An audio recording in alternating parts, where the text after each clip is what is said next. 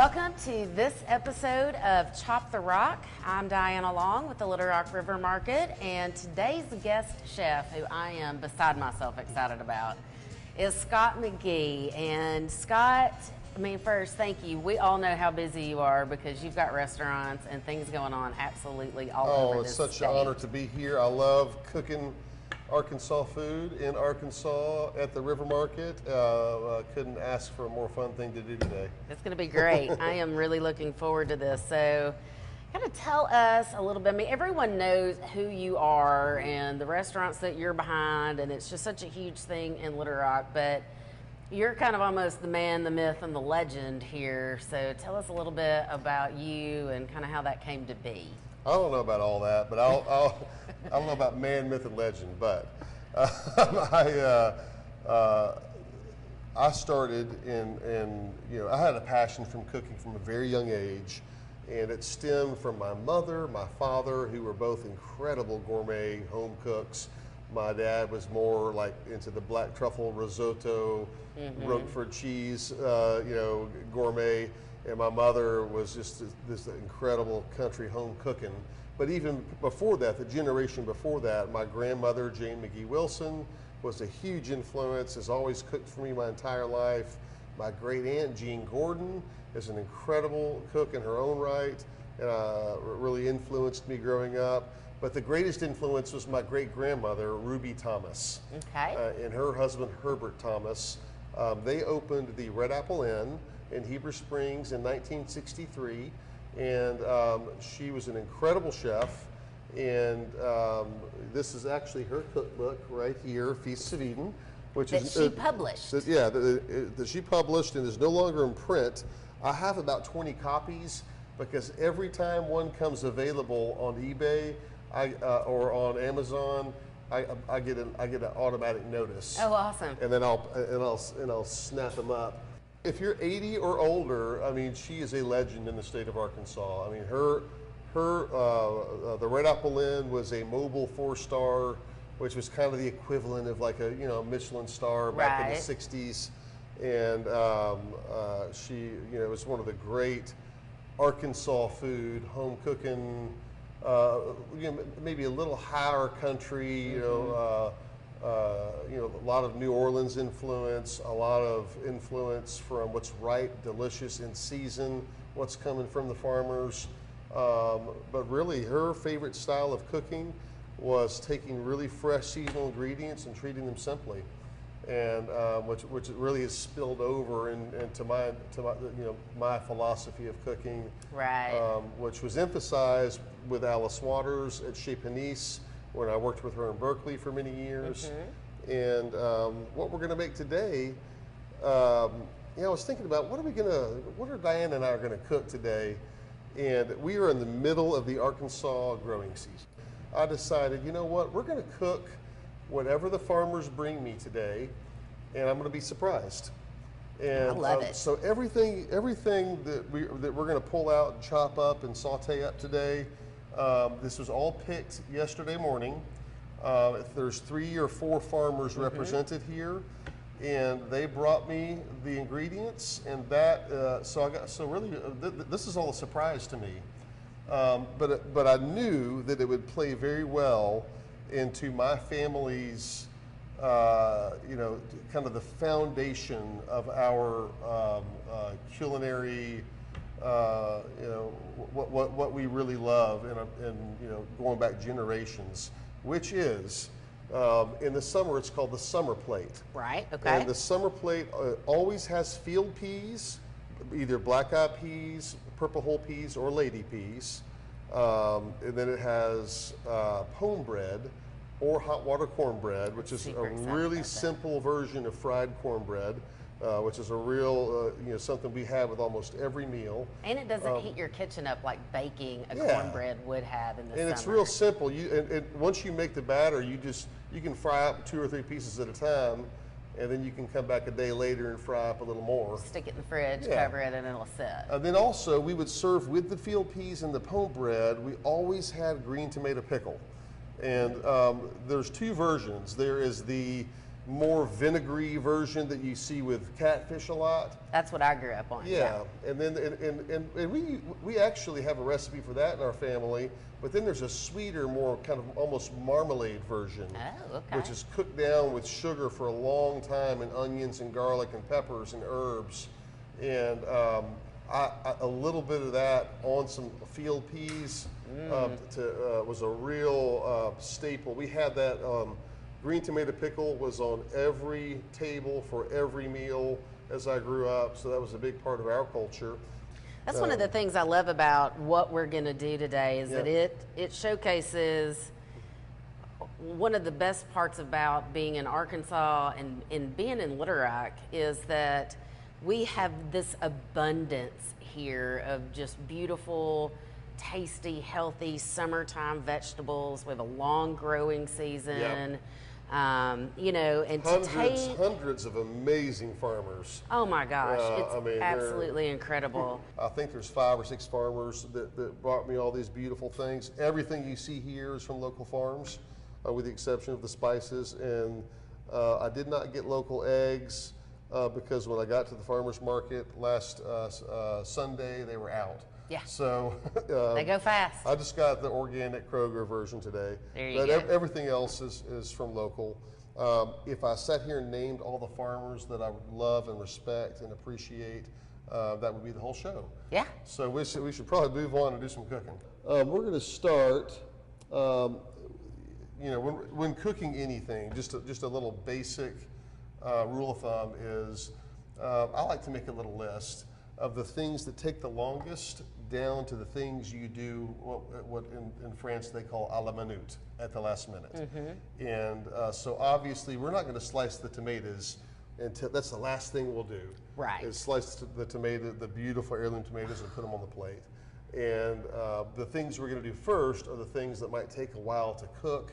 I already put a ton of water on to boil, because I knew we're going to need boiling water for a lot of different things. And that's a huge pan, so it's going to take a minute to get there. Yeah. Yeah, and now that it's boiling, I'm going to kick it down to a little slow simmer.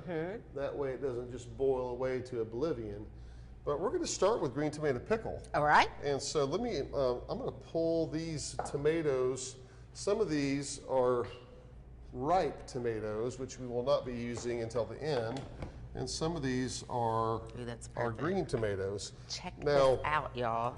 I have a recipe for this that we're going to be posting. Now, the recipe that my great-grandmother has calls for a peck of green tomatoes. So I'll make sure and translate that on the recipe to like a number of quarts or whatever it may be. Right. Like, you know, I think a peck is about a half a gallon or a little bit more. And so we'll use our fancy Google and translator, and figure out what a peck is. That's awesome. Nothing too crazy about these green tomatoes. In her recipe, she slices them up, sometimes thinner, sometimes thicker. You know, all the food we're cooking today is country cooking, and so really, it's not an exact science. Right. It's rustic food. It's food you eat every day. I'll do it the way I want to do it today, but that might change tomorrow. I think that's one of the good things about cooking like this, though, is that there is flexibility for you to do that, whatever you're in the mood for. But also, I mean, you picked these herbs from your herb garden at home this morning to bring to us. And those are the herbs we're going to use. Right. And if they didn't exist in my garden this morning, we wouldn't be using them. We'd have something else. We'd have a different herb. And I may not even use those. I don't know. They were just there. What I'm doing now first is I'm cutting. I've already rinsed these, and now these are grown organically. These are from North Pulaski Farms. Kelly Carney is a hardcore organic farmer. Yes. And so there's a lot of organic pesticides that are even more harmful than chemical ones that big giant conglomerate organic people use. So you have to be careful. A local organic farmer, like if all the tomatoes don't look perfect, that's a good sign. Right. If there's a little worm at the very top of the corn, that's a good sign. that means they're not using really harmful pesticides. Right, it's not over-processed. Yeah, and so the word organic is very meaningful to me, but it can be done with integrity and not, depending on who the farmer is. And so, Kelly Carney, Rusty and Sue Newfer, Tara from Rattle's Garden, they are known for being some of the really high integrity organic farmers. There are some farmers that use chemical pesticides minimally and are growing with incredible integrity as well. Right, they just don't get that organic label. Yeah, they don't get the organic label, but it doesn't mean that their food is any more dangerous or any less delicious, or that there's any less love that they put into their farm and into their livelihood. So I am not, I generally gravitate towards organic. But there's a lot of farmers out there that aren't certified that are definitely amazing. So. Well, and that process is really long and very expensive. Yeah, it really it's a little daunting for especially small farmers. There's a lot of there's been an explosion of like young millennial farmers popping up, and with young kids, and they're just trying to get their feet on the ground, and they can't. And yeah, a lot of them can't afford pesticides, which makes it even easier to be organic. Right. But they certainly can't afford the process and getting the land certified and all those different things that have to happen. So I like the nice hard green tomatoes for green tomato pickle. If there's one that has a little red in it, I like that too, because it's just kind of cool. It'll look good. Yeah, it looks good. So I'm not going to make a huge amount today. I'm probably going to stop there for now.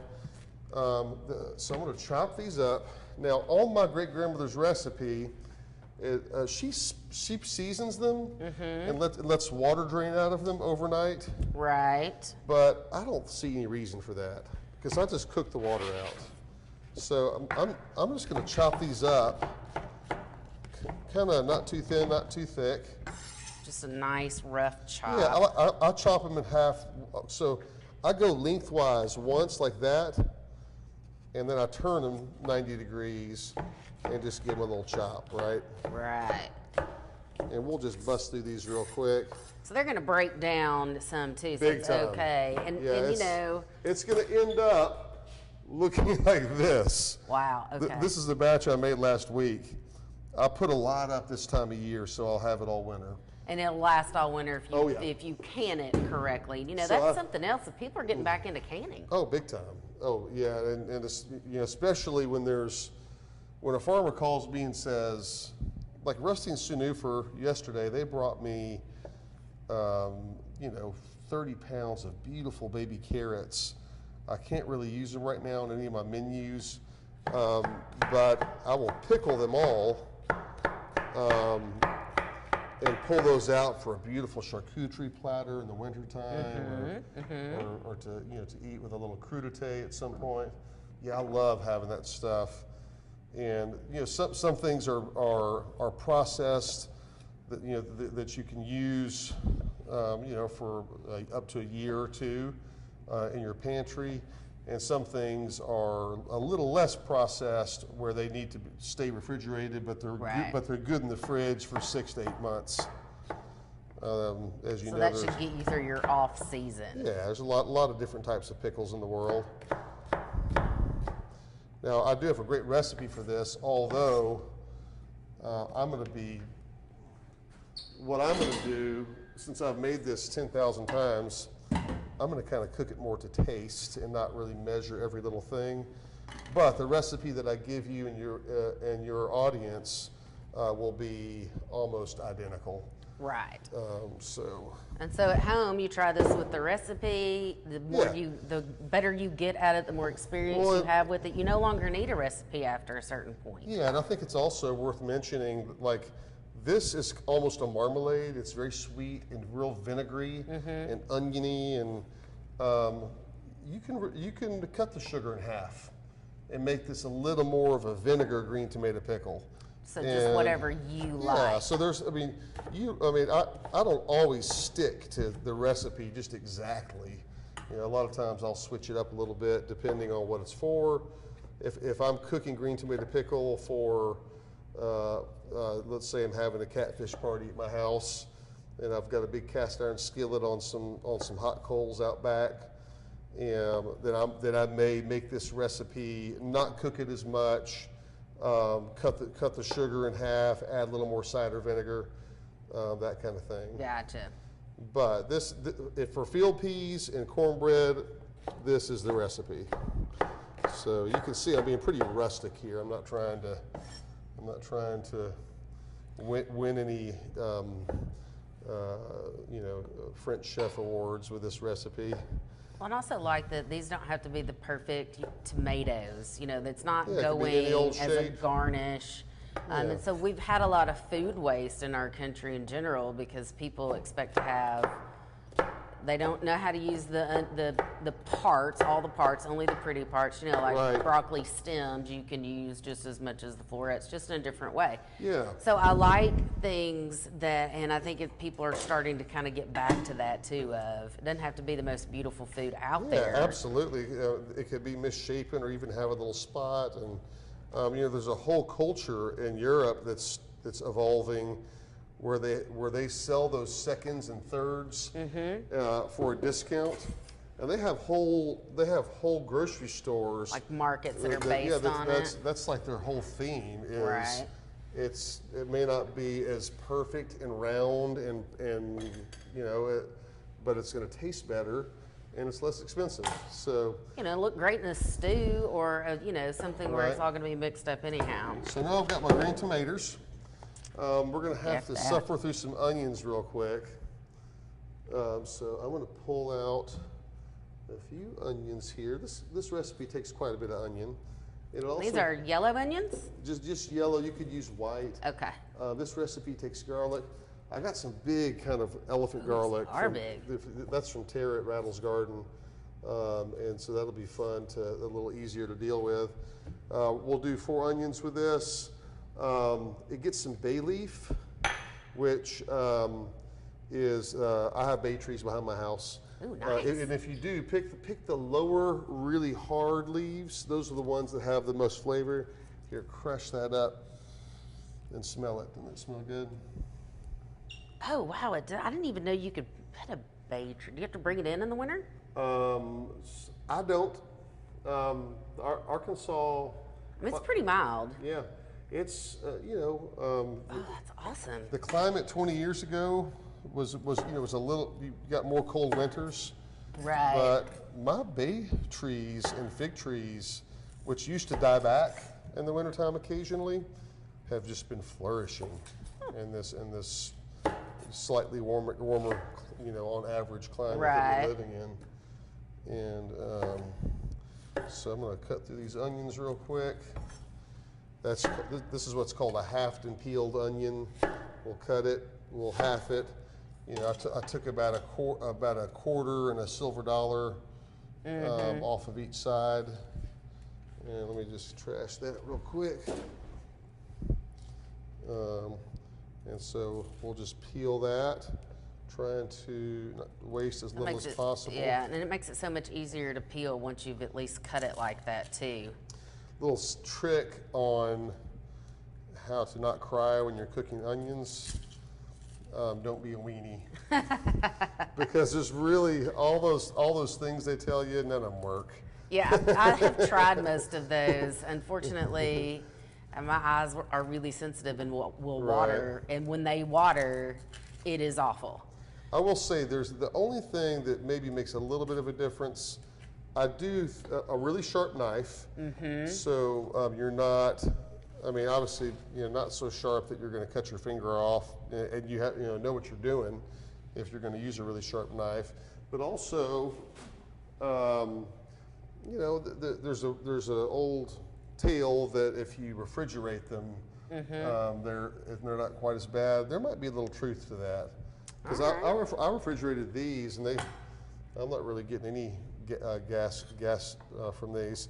So I cut that silver dollar side off the non-root end, and I cut the little quarter sides off the root end. Right. So we still have a little bit of the root here. My great-grandmother wouldn't mind that. She would just throw it in there and cook it. But a lot of chefs will cut that off at about a 45-degree angle. And if there's a piece of the onion that's not as pretty, you just whack it off. And so I'm just going to take the root out of these. These little root pieces, most professional chefs would use those in stocks and make sure not waste that. We don't have that luxury today because we're not making any stock today. So I'm going to discard that. At home, if you wanted to make some stock from some of these vegetables after you're done so that you're not wasting any. Absolutely. You can do that and freeze it. You can freeze the stock. Yeah, and save all your scraps.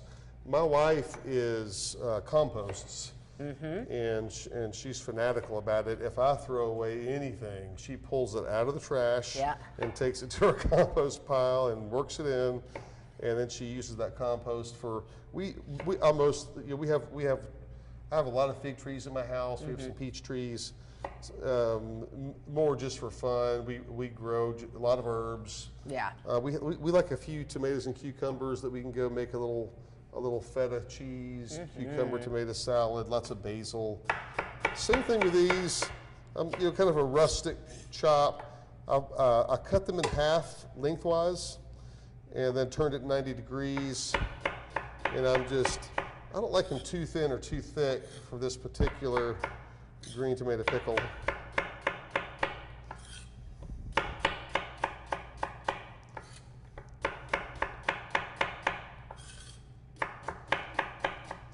And this really is the longest thing that we're doing. We're starting this first because it takes the longest to cook. It's got to cook down. Yeah, and then most everything else is a pretty quick process in terms of preparing and cooking. I'm gonna save a little bit of that for my black-eyed peas, and the rest of it is gonna go in here. It's the perfect amount, not a scrap more or less than is necessary, even though I didn't actually measure it. No worries there. Don't worry, you'll get a recipe. It's all good. Most of your Arkansas cooks are going to relate to that. Oh, absolutely. Now, if you would get out my great-grandmother's cookbook, tell me what else goes in here. I think a little, does it say garlic by chance? This says salt, cider vinegar, water, which I don't add. 12 cups of sugar. Sugar. Pickling spice. Tied in cloth. Do you do that? I do not. Okay. I just put a little pickling spice in there. What about the bell peppers? I have bell peppers. You do? Yeah, and I like a little jalapeno pepper. Give it a kick. So the recipe I'm going to give you is going to be a version of this. I add a little less sugar than she does. That's a lot of sugar, yeah. I mean, it is a marmalade. This is like back when everybody was having real sweet tea. Yeah, too. So no doubt. You put like 2 cups of sugar in your 1 gallon of sweet tea. And in my personal opinion, I could add garlic to pretty much any savory kind of thing. When I make this recipe, I do add a little bit of garlic. And so I'm going to take this 1 clove of garlic, and I'm just going to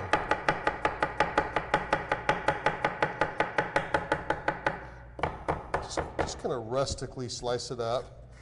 I'm going to add that to my green tomato pickle and onion. I'm going to add a few of these beautiful fresh bay leaves. I am going to add some cider vinegar, sugar, and pickling spice. Okay. Which I've got right here. So the cider vinegar, we're going to put the perfect amount, not a bit more or less than is necessary. So that's exactly what the recipe called for. It is. I could tell. It's the right amount. It is the right amount. So that would be. I'm going to put a little bit of fresh thyme in here. Ooh, that'll be a great flavor. And I'm going to throw the whole thing in here because I can take it out later. Right. Like the bay leaves. You won't leave those in when it's time to eat it. The sugar, you got to go pretty heavy on sugar. Kind of gives it that thickness too when you're cooking it down. I just added about 2 pounds or a little less of sugar, and I'm going to add salt. I love a little, The kosher that salt. won't pay me anything, but this is my favorite salt. Awesome. I love Diamond Crystal kosher salt. All right. Partially because when you're seasoning like a steak or a chicken breast, it's flaked. It's not tiny. You can see how much you're putting It's on. not clear crystals. Right. So you can really see it. That's See helpful. what I'm saying? Yeah, I over salt on accident It's if I so can't easy see to it. over Yeah. salt. And you can always add more salt. You can't take it off. Morton's crystal salt is really clear when you add it to your food. Yeah. And so it's really hard to see what you're doing. I think that's why a lot of So- people will shake it in their hands so Yeah. they can see it some. And But we're going to add a little salt to this, just the perfect amount. all right. What else is it called for? Did you do the pickling spice already? Pickling spice, yes. Now you can tie this in cheesecloth. I like it kind of loose in there. Because it's big, so pickling spice Yeah. is. Well, and like the mustard seeds, those you can eat those. The only thing in here that you might get and you kind of have to pick out of your mouth Right. are the allspice and the whole cloves. Correct, yeah. Everything else is good to go, and it cooks for a long time. So it'll soften up. But pretty if well. you're adverse to having a couple little bits in there and bay leaves, you can tie all that up in some cheesecloth, and then add that, and then remove it at the end. I like that kind of rustic look with all those little mustard seeds. I add a little bit of crushed chili to mine, and Ooh, you know what? bell pepper. Okay. We're going to add a couple bell peppers. Green is what my great grandmother added, but what the farmers bought me yesterday are these really cool multicolor. Those are beautiful. These are purple, yellow, red, and orange, all in the same pepper. Isn't that cool? So I've always heard that a red pepper and a yellow pepper and an orange pepper is the same pepper as a green pepper. It's just a different ripeness. And That is correct. Obviously, this is a different. This is a variety of pepper. Right. Like, for instance, you can get orange pepper seeds, and they start out green, and when they ripen, they turn orange. Ah, okay. This is probably a rainbow pepper seed. This started out green and eventually turned this rainbow color. Gotcha. Okay. Rusty and Sue Newford bought these to me. I was not there when they dropped them off at Zaza Pizza restaurant, one of my restaurants, and so I don't know what these are called. I love gypsy peppers, Marconi peppers, all kinds of bell peppers. Little trick of the trade here: when you cut a pepper in half, instead of you could do this, which you have all that waste there, right? But the way I was trained to do it was to take the top of the pepper and pull it towards you. Oh, and then you only get. And then you can pull the seeds out, and then you get 100% yield. Gotcha. Okay. You're only wasting that as opposed to that. That's great. That's great. Yeah. And that's, when you're, particularly in the restaurant business, when you're preparing, 1,000 bell peppers in a week, throwing away 20% of the product is a bad idea. Well, I mean, the margins in restaurants are just Very, very slim. painfully slim for And, all the hard work you and- have to do. And my cooks understand that the more efficient that they can be, the more PTO I can give them, and insurance, and, Right. and It all trickles back down to the living employees. wage. Yeah, it says the employees are my family. They are my everything. I would be nothing without them. And really, I love cooking, but mentoring young people. We have almost 600 employees now, or over 600, about to be 700 with the new location in Rogers. But getting these kids when they're at a crossroads, starting their lives, and having an opportunity to mentor them, Yeah. is really probably evolved into my greatest passion. That's awesome. As much as cooking, as much as being creative, and then those types of things. Because these are kids that not all of them had great mentors. Right. Not all of them learned the importance of positivity, of the biggies for me are being positive consistently, especially when the going gets tough. But also being sober is very important in the restaurant industry. Oh yeah, that's a hard and thing. Honesty. It's so easy in any industry to skim a little here, a little there. I mean, you get caught once doing that, and it can really define who you are for life. And so, just being extremely overly honest and positive. You don't have to be an amazing chef, because once you learn how to do those things, being sober and honest and positive, then everything else comes easy. Sure. Then suddenly doors are going to open. People are going to trust you. You're going to have opportunities. So those are some things that I really preach to my team over and over and over again. They get sick of me talking about it, because we have known too many people, and probably your listeners out there and us who have really lost a lot of opportunity because people didn't trust them. Right. Or because they were, always showed up with a bad attitude. And, so I really, when I can get a hold of a 17-year-old that maybe is headed down the wrong path and get them on the right path, I mean, it just like makes my year. I think too that, and I can imagine Jalapeno pepper, by the way. I see that. I like a little spice in here. When you're giving a kid a chance that probably didn't feel like they've had a chance, and really investing in them in ways that they likely have not been invested in, Right. or at least haven't felt like they have, and you're saying those things and demonstrating those things, and you've got an environment. And showing an example of what can happen, not only me, but so many of my partners and other creative leaders.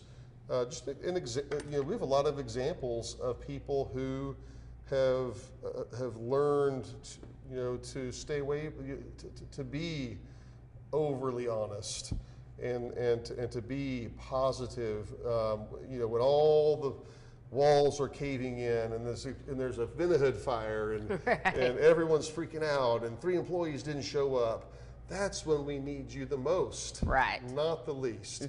And that's when you have to, in the restaurant business, that's when you have to really help people up that are freaking out and realize that you can either kick them in the teeth or you can help them up. Right. And so you can make that decision in the restaurant business. That to me is a real fundamental part of running a successful restaurant. Or, especially in the restaurant industry, but just creating that company culture Absolutely. is good for you and your business, but the employees, and you get that dedication and that loyalty. I'm going to get this cooking. It's going to take a little while. All right. I am going to put a little splash of water in there. Okay. The actual recipe calls for it. And so I've got just a little bit, just to kind of get it going. Right. Because those tomatoes and all that are going to be releasing a lot of juice. Okay. So I'm going to crank this up for a minute. All right. Why don't you, can you give me a 5-minute timer? Absolutely. And then we will check it after 5 minutes to make sure we're not burning it. The next thing we're going to do, we're going to move right to the next thing that's going to take the longest, which is our field peas. These field peas come from Echo and Bob Barnhill up at Barnhill Orchards. These were not delivered yesterday. I bought these at the farmer's market Sunday morning down at Bernice Garden, because I wanted to make sure we had field peas to go with our pone bread and green tomato pickle. That is an absolute must. One of my favorite things. When you get fresh field peas, they don't take that long to cook. Right. And it's not like a dry pea or bean. No soaking, no hours and hours. And they're not going to absorb a bunch of water like a dried bean. Right. So you really just want to barely cover them with liquid, and then add a little more if necessary, because that liquid is whatever the liquid tastes like. is what the bean is going to taste like Right. eventually. And so I like to add a little raw onion to these.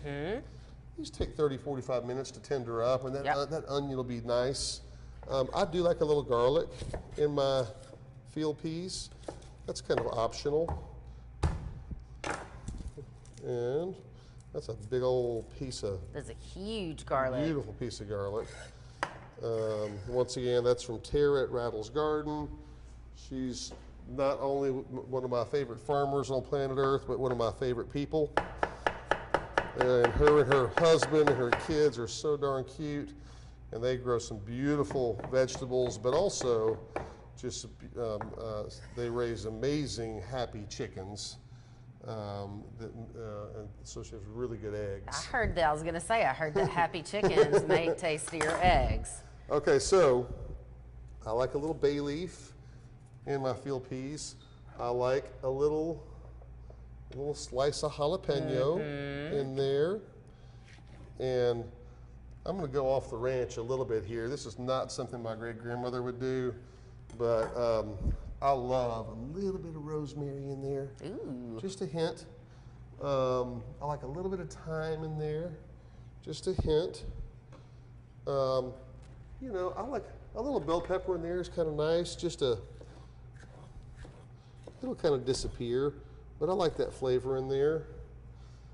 And man, I mean, God, there's a million ways. I mean, you can wing this pretty Absolutely. much. But putting the correct amount of water and salt is very important. Right. You can season these in the beginning, but you have to understand that you're going to reduce a little bit. So you have to, you can season them a little bit in the beginning and then finish it in the end with seasoning. Right, okay. I love cracked pepper. I'll put cracked pepper in the beginning. I like cracked pepper that's cooked into things for a while, but I also like it right at the end. So sometimes I'll do both. Yeah, it gets a little bit of a different flavor after it's cooked in versus put on top. I'm going to put a little salt in here, and as I tell people, just the perfect amount, just not a grain too much or too little. That's a good measurement. But we're putting that in y'all's recipe. Make sure that's in the recipe. That we will. We'll quote you on that. And I love in field peas. I like a little hot sauce. I like this Panola hot sauce on peas, but I also like Tabasco. And I love Melinda's. I use Melinda's. Man, I use it. I mean, that's habanero pepper sauce. This is what I put on my scrambled eggs every morning, or fried eggs. I'm a weenie when it comes to that. My favorite pepper sauce on a pea is that clear pepper sauce. Okay, so yeah. Or greens. I like it on both. So what we do here, another ingredient in my peas. We used to call these sport peppers. Now they're Mazzetta hot peppers. But when I was younger, we had sport pepper vinegar, where it had that little tiny hole that you put in your greens. But this is kind of the same thing. This brine is a little bit spicy and vinegary. And it adds some nice rather than adding. Ooh, that's exactly the flavor, yeah. Exactly. Rather than adding vinegar to these, you can just add a little bit of that sport pepper brine. Now, what works just as well, a lot of people will have pepperoncinis in their fridge. And the brine from these is very similar. Right. And if you want to spice it up a little bit, use jalapeno brine. Ooh, pickled jalapeno brine. All right. So, that is so pretty just to look at all of that in the pan before you've even cooked it. So I'm going to we'll add some hot water to this. That's our timer too. Oh, good. Okay, so I got a little spoon here. All right. I'm going to make sure this is not burning at the bottom. So did you stir this when you first put this in, or you just kind of let it get going and then wait the 5 and then... It's all going to kind of just come together. Incorporate It'll be easier and easier to stir kind of as it goes. Right, okay. It needs a little more water in it. I'm going to throw a little more in there. The recipe will be a little more specific. But most importantly, you don't want it to stick. You want to kind of pull it from the bottom a little bit. So you're turning it over essentially in the pan. Exactly. And this is a really big pan, which you're going to need at home as well. Yeah. And so the fire is up pretty good. This is not at a simmer. I've got it blasting because until it comes to a boil, it's really, That's what it's you not, need. it's not reducing. Okay. So I'm gonna add some hot water to these field peas, and you want them covered by about 1/4 inch. You always want them covered, but you don't want them, once again, they're not gonna absorb any liquid like a dry bean. And you're not making a pea soup. So you just wanna keep them barely covered. Gotcha. And so I'm also gonna crank these. Once they come to a boil, we'll turn them down to a simmer. But why don't you give me another 5-minute timer so we don't forget about those. Okay. So tell me while I'm setting this for us real quick, why is the water simmering over here? Like you put hot water in here, instead of just... it saves time. Okay, so it's just a time saver. This is gonna come to a boil faster. This is going to come to a boil faster. Because you're not starting from cold. I have this water here. I'm going to be blanching beans. So I have this this remaining water. I'm going to season the water so that it's not quite as salty as the sea. There's a ratio for that. Right, okay. 1/4 cup of salt to a gallon of water. Okay. Is approximately the right amount for blanching green beans or pasta, give or take. Sometimes if the vegetable is really hard and not very porous, and you're blanching it really fast where we're keeping it very crisp, you might put a little more salt in.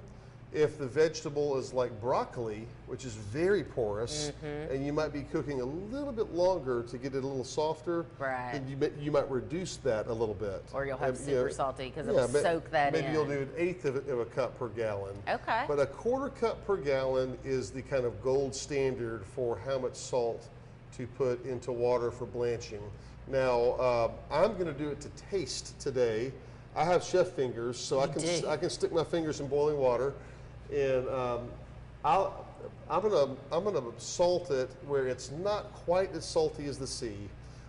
These beans are pretty, these are pretty hard. And these are beautiful. What kind of beans? These are Italian Romano beans. Okay. Grown in Jerusalem, Arkansas, at Armstead Farms by Rusty and Sue Newfer and their family. It's a little bit different from green beans. Really great raw. There's not a string in them. Have incredible flavor. And you don't want to cook these for an hour. You want to cook them for like 3 minutes. Right, for the color to just brighten up on them. You just want to tender them up a little bit. And we'll be cooking these here in just a minute. Growing up, I used to get in trouble when we were snapping peas because I would eat like every 3rd one. Absolutely. And we would do what we called it in my family was topping and tailing beans. We would take a little handful, and the less curvy they are, the easier it is. Right, stack them up. We would stack them like this and kind of get them all even on one end. And then we would come back and just cut off the ends like that. Yep. And if there's any you missed, you just pick them with your hand. And then we would stack them the other direction. And we would cut just a little bit off the end. And then I would come back and look for any that we missed, snap those. And so those beans are ready to blanch. Right, okay. And so we always call it topping and tailing beans. There you go. And because, of course, you can also do it, you can do this method as well. That's going to take way longer, so. It takes longer, but there's something to be said for that cute little thing that sticks out. Right. So, because that's kind of pretty. So we might do them like that today. Some people will get fancy and cut them on the bias if they're really big. You know, so you have so they're a little more uniform in size. There's a lot of ways to deal with that. You know, any which way is good. Gotcha. As long as you don't overcook them, unless you're doing long cooked beans, you know, like the Frankie's Cafeteria style, which I love. So good. So, I mean, there's nothing wrong with that. That is, but you've got to be aiming for that, and there is the time and place for all of these things. So our next thing we're going to make is pone bread, and this is the simplest cornbread in the world. Before we start making this, I'm going to get some fat slowly coming to temperature in my big giant cast iron here. That is. So I'm gonna turn this on kind of medium. Let's see here. I'm gonna turn it on medium to medium low heat, and we'll let it come to temperature very slowly. Okay. And we'll check the temperature. You can do it by using a drop of water. Just get a wooden spoon, a little bit moist, and kind of wipe it off. And that's gonna be similar to a piece of okra, the moisture in okra. So if you stick this into the oil and it sizzles, then you know it's perfect. Oh, okay. Now, but if your oil is smoking, it means it's getting way too hot. And if it reaches a certain temperature, it's going to combust. Let's not So combust. you immediately want to turn it off at that point. Yes. But if you really, that's my timer. That's our timer. Everything's looking good, so let's give it another 5-minute timer. Okay. Just roll that back over. This sounds like my snooze in the morning. Now, one thing that I brought with me today, I brought a instant read Oh, thermometer. cool. Fancy tools. So that way we can actually, because you want to fry between 325 and 360. Okay. For green tomato pickles or fried okra, stuff like that. Okay. This way we can make sure that it's the perfect temperature. All right. So a lot of people will use, my great grandma would always use some kind of saturated fat for frying pone bread. I think Crisco works really well. She would use lard. Yeah. Crisco is vegetable shortening, and so it is vegan friendly. Ah, there you go. Okay, And, good. and they came out with this brilliant thing, Crisco did, butter flavored Crisco, which is really good. It is pretty good. When we make vegan tamales at Local Lime or Heights Taco and Tamale, we'll use butter flavored Crisco, which I have Googled and is vegan friendly. Oh, good. And some of your listeners, if I get corrected, then great, because I'm always excited to learn and do whatever I can to support that community. We try to have lots of healthy, vegetarian, vegan options on the menu and hacks, vegan hacks. Yep. Like you take this dish, you take the cheese out, and you add a bunch of creamy avocado, and then it becomes vegan, but it's even better. Right, And so okay. it's important to us to have those options. I know that it sounds crazy when you go to a Mexican restaurant Right. and choose a relatively healthy thing, but my absolute favorite dish at Heights Taco and Tamale Right. is the ensalada del sol. Del Sol with It's that got the one is avocado. it's so simple. And tasty, and that's got that olive oil, jalapeno, I like lime dressing on it. Yeah, the dressing is very, it's good quality olive oil, lime juice, salt, and pepper. Oh, it's so good. And it's very healthy dressing, avocado, really fresh greens, perfectly grilled Gulf shrimp. You cannot get that shrimp from Thailand or Vietnam or South Africa.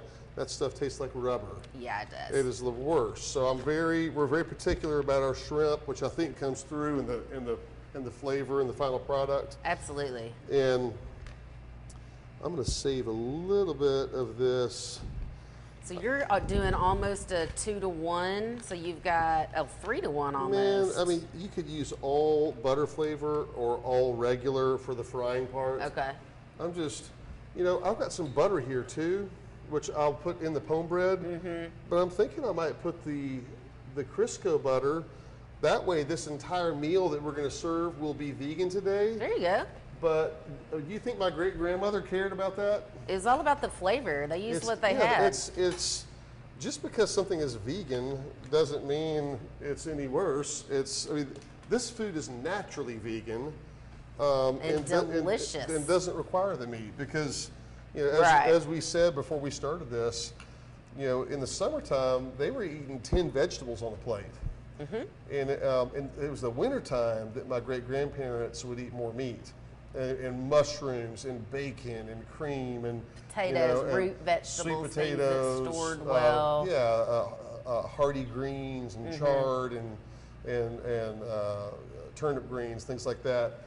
Root vegetables, exactly. Yeah. But in the summertime, they didn't see any reason to eat meat because they had 10 different vegetables on the plate. Well, and the vegetables don't wait for you. When they Yeah. all get ready at the same time, you've got to be prepared to cook them and Absolutely. eat them. So you didn't even have that need for it. And I'm glad that things like this and what you're doing with the vegan at your restaurants Yep. is kind of helping that to be more mainstream. A lot of people, I think, always thought if you were vegetarian or vegan, that that meant that you just ate salad all the time and some vegetables. But there's so much you can do. For me, this to me is the ultimate vegan meal. We going another 5? No, I think we're good now. I've got Okay. everything kind of simmering back there with joy and happiness. Now, yeah, you really, I mean, the best vegan food is not called vegan food. It's just food. It's just food that happens to not have meat in it. Right. So I totally agree. And that's pretty much what we're doing today. I mean, it's just absolutely, vegan was not a word when my great grandmother was eating this kind of food. Mm-hmm. So you should have a recipe for pone bread down there. I do. And we are going to make this. I like the batter to kind of sit for about 10 minutes before you fry it up. Mm-hmm. So I'm actually going to measure this one because this is any baking recipe. It's more of an exact science. Yeah, a little more of an exact science. So Right. how many cups? 2 cups of cornmeal. Okay, I like this Dixie Lily. I don't get paid for this. Dixie Lily yellow self-rising enriched stone ground cornmeal. Okay. I bought this at Kroger. Uh-huh. And I just like this, and it's yellow cornmeal, Which is pretty. We always did. I mean, I've never seen a white cornmeal a piece of pone bread. To me, that's a little bit sacrilegious. It's almost like using white cornmeal on catfish. You just don't do it, Only if you get caught. 2 cups of that. 2 cups. Okay, yeah. So if I was making this for my kids and my wife, I'd probably double the recipe because they just love. They eat it. They can just eat this, and you can also eat it with honey and butter for dessert. Mm-hmm. So just 2 cups. Mm-hmm. You know what? We're going to make 1.5 times. Okay. I don't want to underdo it here. So we're gonna do some quick math here. And what's my next ingredient? It says a 1/2 teaspoon of salt. Okay, so we're going to do about a full teaspoon. I like a little more salt than it calls for. Yeah, me too. So a 1/2 teaspoon, but we're doing a 1.5 recipe, which would be a teaspoon and a half. No, a 1/2 teaspoon would be it'd be 3/4 of a teaspoon. Mm-hmm.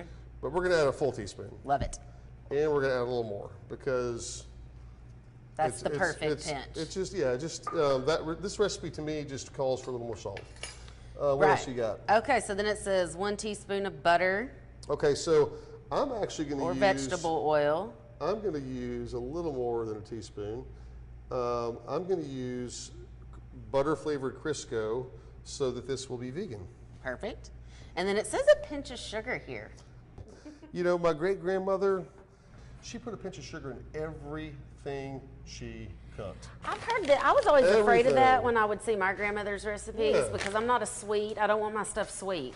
But it brings the flavor out. It's kind of like that, you don't actually taste it. Right. Like when you add a little cayenne pepper to a soup, you're maybe tasting, it's making it more zesty, not spicy. Right. Because you're tasting it, if you balance it perfectly, you're tasting that on the last bite of soup, not the first. Right, gotcha. And so, in that way, that's how she kind of balanced things. Mm-hmm, mm-hmm. So how much hot water would go in there? This originally says boiling water. Boiling water. Oh, it just says boiling water. There's no measurement. 3 cups over here. Okay, approximately 3 cups to 2 cups of cornmeal. So we added 3 cups of cornmeal. So we should be 1.5 of that. 4.5 cups. 4.5 cups, exactly. So I'm going to add 4, and we'll go from there. Perfect. You can always, again, if it's not the right thickness, which you're going to show us, you can add the water. You can't take it back. Exactly. So 1, 2, 3. I'm going to do the full 4 cups of boiling water. And we may need another cup. I like it to be, it's going to be a paste. And you want to be able to pick up with your hands and patty it. Like a mashed potato consistency. Yeah. Well, thick mashed potatoes, really. Because this cornmeal will absorb this water and it'll become thicker and thicker. And I use a wooden spoon and I give it a really good stir like this. And that's about right. I really don't want any more water in there. Looks great. And what I'm going to do here, now that it's fully incorporated, I'm going to taste it for salt. That's good. It actually needs a little more salt. I hate to say it. I think you put the original salt in before we decided to do extra, so yeah. There you go. Okay. So that's going to be some delicious pone bread. I like to cool it off a little bit before I patty it up. So I'm spreading it out in the bowl so it'll increase the surface area so that it'll kind of cool down a little faster. Now I'm going to put this whole thing in the put it in the fridge, okay. And that'll be ready to go. So you said that needs to sit for 10 minutes or so? Yeah. All right. So I'm going to check the temperature of our oil here. I'm going to use my handy dandy thermometer. Make sure it's on Fahrenheit. And we are sitting right now at 354 degrees. That is hot. That is ready to fry. So what I'm going to do, they have numbers on here. I never trust them. You really have to look at the flame. I agree. So I'm turning it down as about as low as I can get it right now, because that'll keep it at a nice temp, but it will not start to smoke and potentially combust. Right. So that way you're not having to restart. Nothing is worse than a giant grease fire. However, if you ever have one, just grab a sheet tray, cover it up, and turn it off, and walk away. Because what you want to do is inhibit oxygen. Suffocate it, yes. You want to suffocate it. You don't want to add water. It will explode. Yes. So that's the trick for a grease fire. Okay, we're going to move right in. I know we're probably running out of time, so we're going to move directly. We're good. And the tomatoes, y'all, that are cooking back here, you can already start to smell that green tomato. Yeah, everything is. It smells like my grandma's kitchen. But you have the chef hand, so please do not at home try this where you stick your finger in a the green tomatoes looking beautiful. The peas, see the peas are kind of, see how they are running out of water a little bit? So I'm going to add some more water to those. Okay. Because we want to keep them just covered all the time.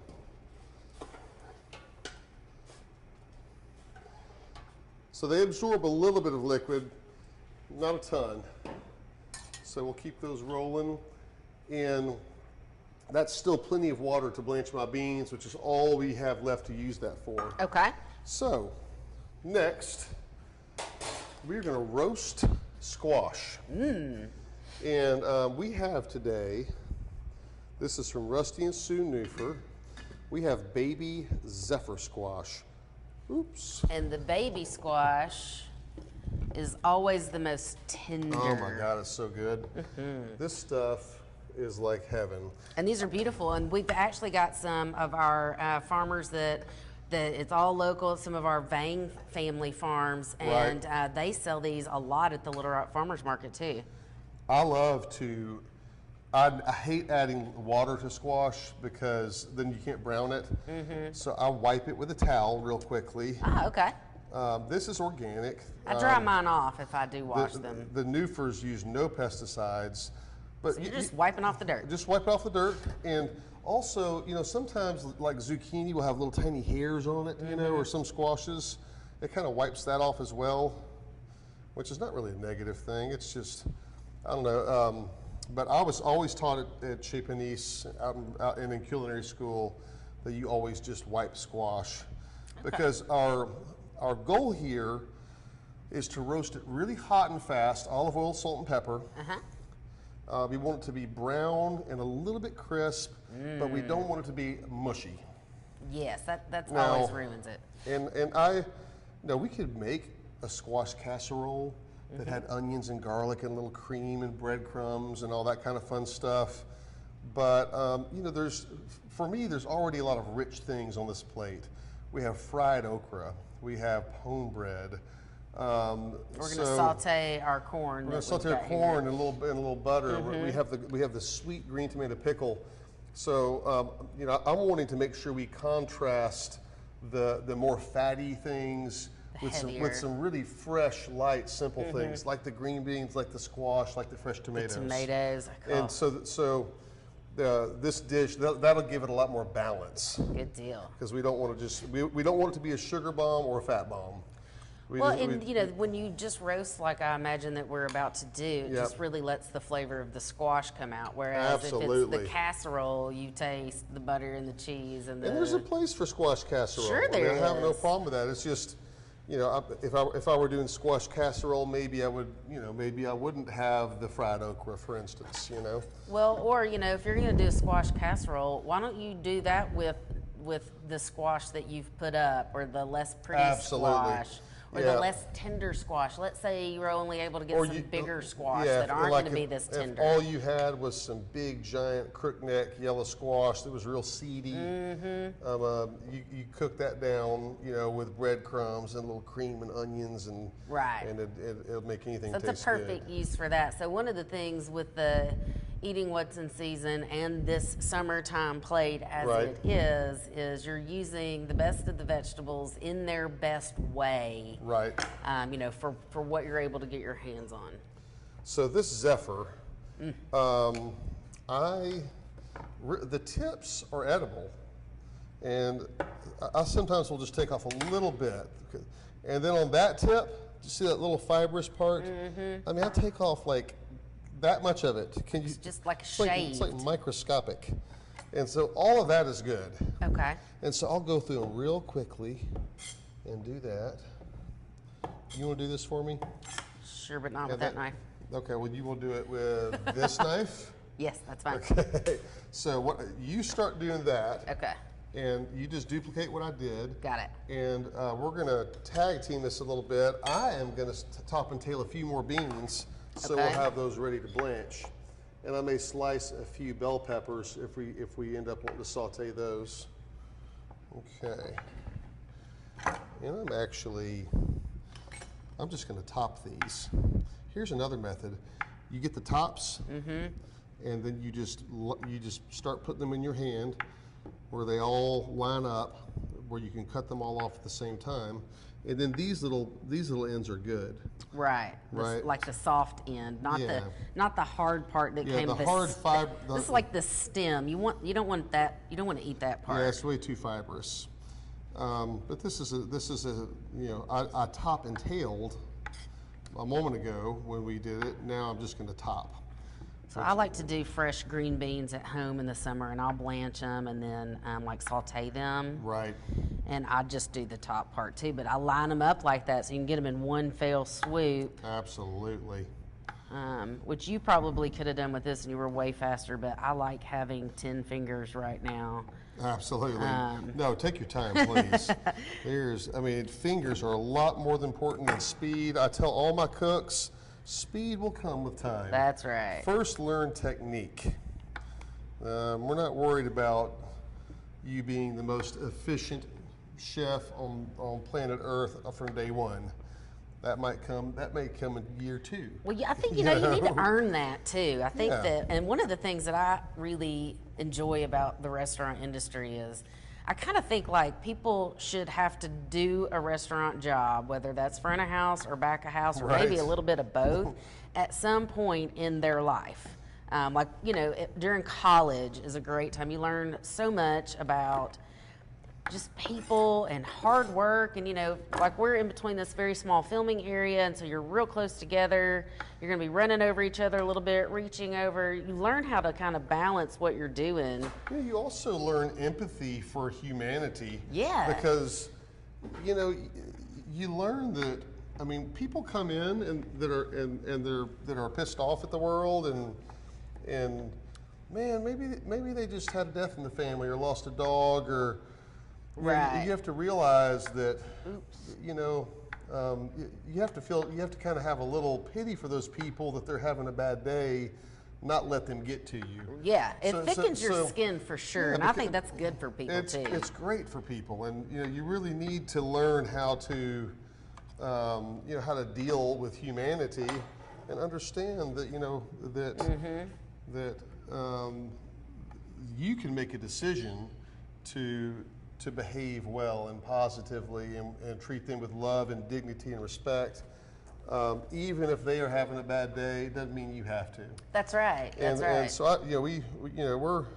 our guests that come in that are having a bad day, we try to give them extra love.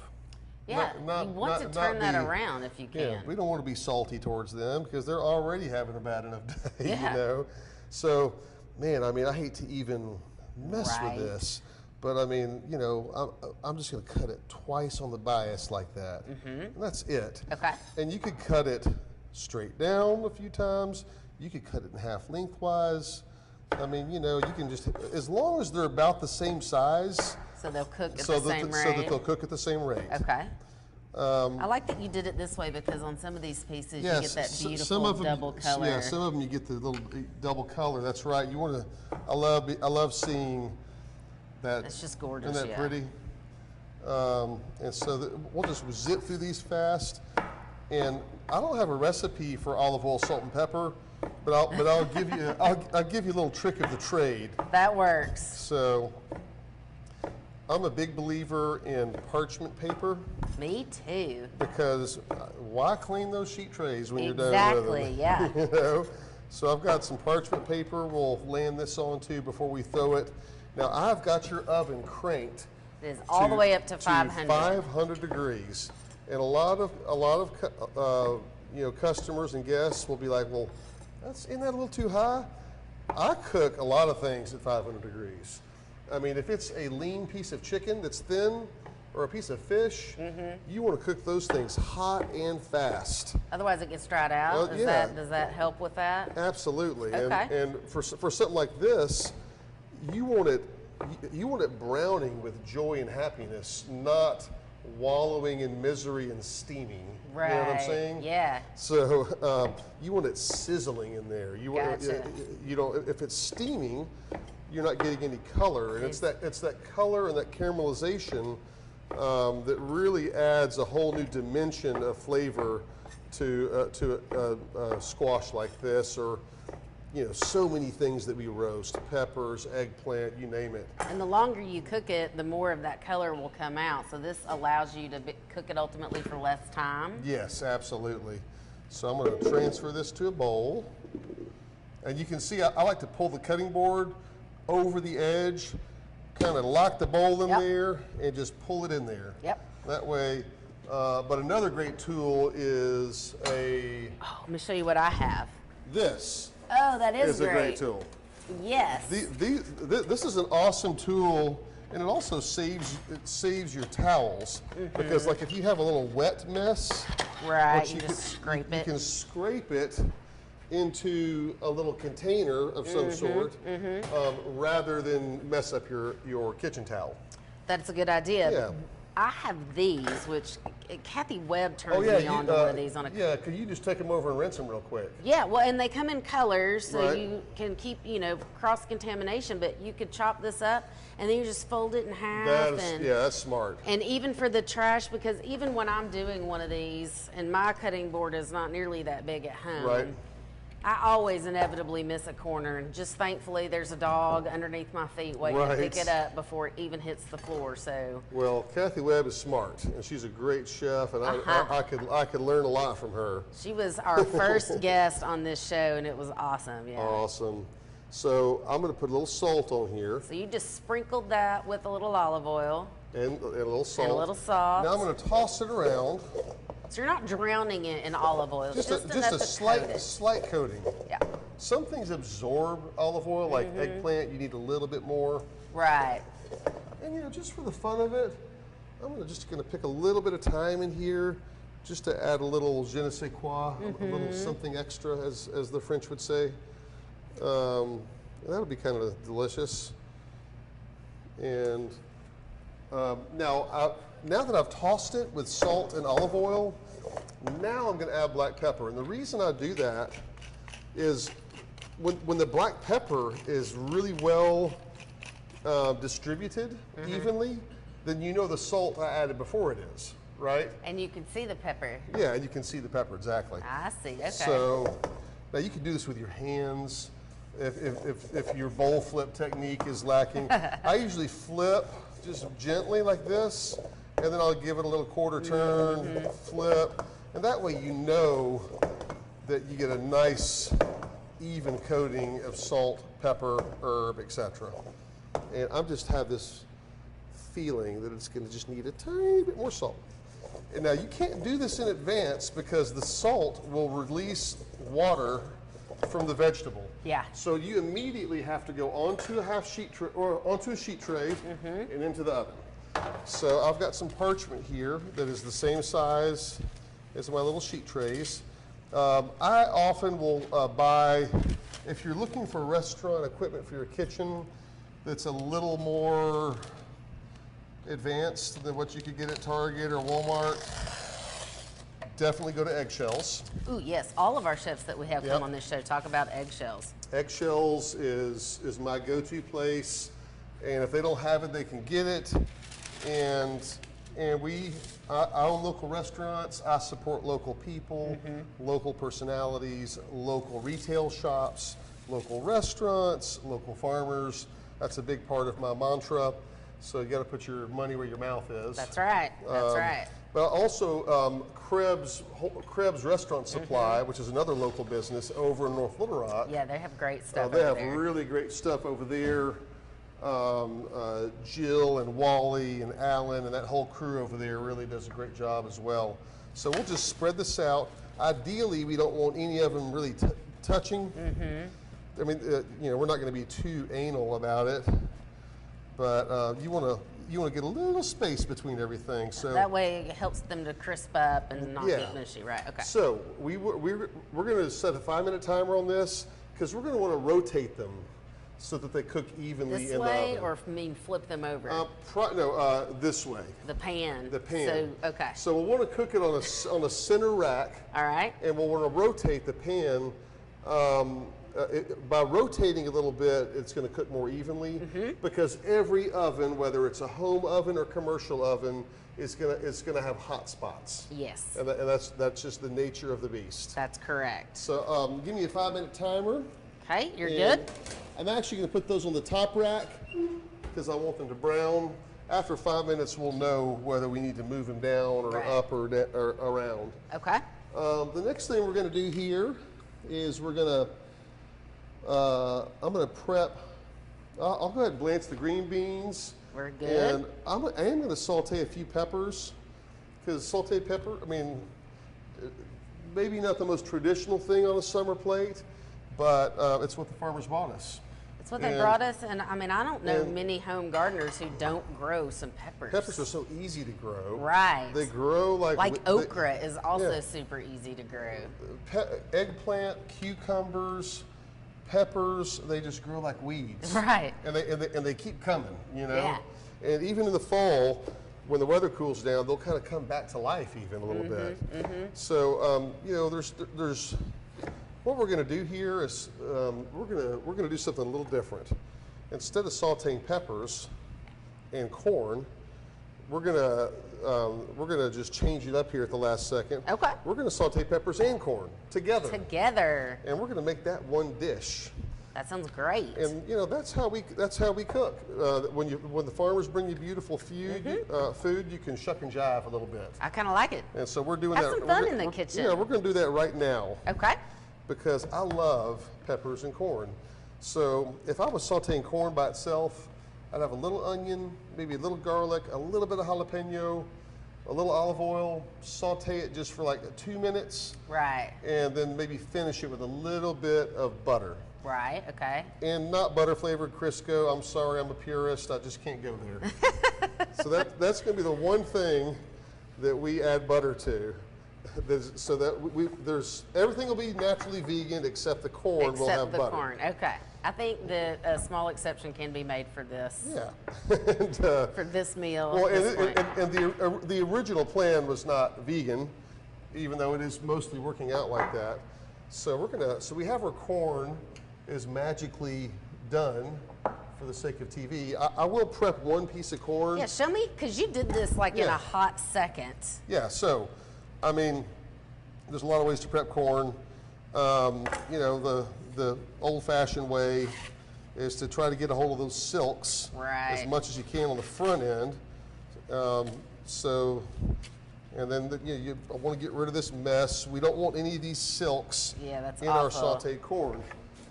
So what a lot of people will do now, I like to leave this thing on. It's a good handle. It's a good handle. So you'll come back, you can kind of rub the silks off like this, which is a nice way to do it. And then inevitably you're going to have to pull a few off with your fingers, but you can get pretty fast at that. You know, after you do about 20 years of corn, you'll be a pro. So there's one beautiful piece of corn. Now getting the corn off the cob, you know, they have those little mandolins and things. Yeah. I hate those. They smush more than they... I like a nice sharp knife. There's two schools of thought on how to do this. One is to get a sheet tray like this, and I'm going to show you both ways. So your viewers will kind of have an idea. Okay. Now, if you do it this way, you got to have a towel so you don't hurt your knife. And you start at the top, and you just barely saw your way down, right? Right. And that works really well. But if your corn, especially if your corn is not real straight, if your corn is really straight, a lot of people will do it like this. Aha. You see? And that way you have a nice steady base. A lot more stability. A lot more stability. And you may miss a little at the top or the bottom, but minimally. Right. And as my wife would say, that makes great compost. That does make great compost. In fact, everything I've thrown away on this TV show today, we'll dig it out. She's going to be mad at me, so I'm just going to start saving everything. There we go. There we go. So there we have some beautiful corn off the cob. What is better than fresh Arkansas summer corn off the cob, sauteed for 10 seconds with butter? Nothing, actually. Nothing. There's let me check our stuff back here. Okay. Green tomato pickle. We're at 8 seconds too on our timer. Ooh, that looks great. Man, it's like 10 minutes away from being done. Perfect. Our field peas. There we go. Do need a little more water. Pardon me for not using a tasting spoon. Nah. But that's not how they did it. We're in Diana's kitchen today, so this is how it's going to be. That's right. The health I'm going to add. Okay, so it needs more salt. So this is a good time because the peas are getting a little soft. They're almost ready. So I'm going to add a little more salt. I'm going to go non-traditional. I know this is my grandmother's rolling over in her grave. I like a little olive oil in my field peas, just a little good olive oil. Unfortunately, olive oil, in terms of quality, often the more money you spend, the better it is. Yeah. Which it just is what it is. I've heard. But I would Google for even my 93-year-old grandmother has figured out Google, so I know anyone else can. No excuses. And there are websites that'll tell you what olive oils have integrity and which do not, which are the best values. Highly recommend that because there's a lot of really bad olive oil on the market. Yes, yes. Very similar to honey, where they've found a way to be much more profitable by substituting. by substituting like corn syrup or something. Yeah, yeah. So you really have to look into that. Okay, so that's our 5-minute timer. We're going to check our squash here. It's got a long way to go. I'm going to flip it and close it immediately. We want to keep that heat in there. We do not. 5 more minutes. So we do not want to. Whenever you're opening the oven to check something that you're trying to brown, you want to just open it for a second. Yeah, don't leave it up. Be prepared. Yeah, don't leave it open because you forgot your oven mitt or. Yeah, you're because as soon as all that heat escapes, you're almost starting over. Right, you lose that temp that you're you do not want to lose that temp. So we are going to get these peppers cut down. Okay. I'm going to use a little bit of onion in this corn and pepper saute. I can already tell you're going to have to cut probably half this show off. I know we're taking way too much time. No, we're not. I think that this is absolutely worth the sitting through, even if it's a little more time, because you get to see this whole thing. Well, hopefully We've not dilly-dallied. We're literally cooking enough food for 30 people, which is why I don't cook at home. We should probably take some food down to some of these nice employees in the River Market downstairs. Oh, yeah. If there's anything left over, we do that. You could take it home and feed the family. I'm sure they would appreciate. Absolutely. So I'm going to take these onions. I'm going to take the core out like I did earlier. Put that in our little compost pile over here. There we go. You can do fancy small dice, but here's what I like to do, which is a safer version of that. Take the onion and turn it that direction, like you're doing slices like that, right? And I'm going to cut it into 3 or 4 sections. Okay. Turn it 90 degrees. Earlier, I just did it in half and turn it 90 degrees. And then I'm going to come back and just have a nice, small, rustic dice. This is not a perfect French brunoise, you know, or small dice. But once again, we're cooking country food here. That's a little safer. It's a quick way to dice an onion, and it works real well. Okay. And so we're going to take our saute pan over here. I'm going to check the temperature on this oil to make sure that we're not about to combust and blow up the kitchen. It's always smart to keep a good eye on that.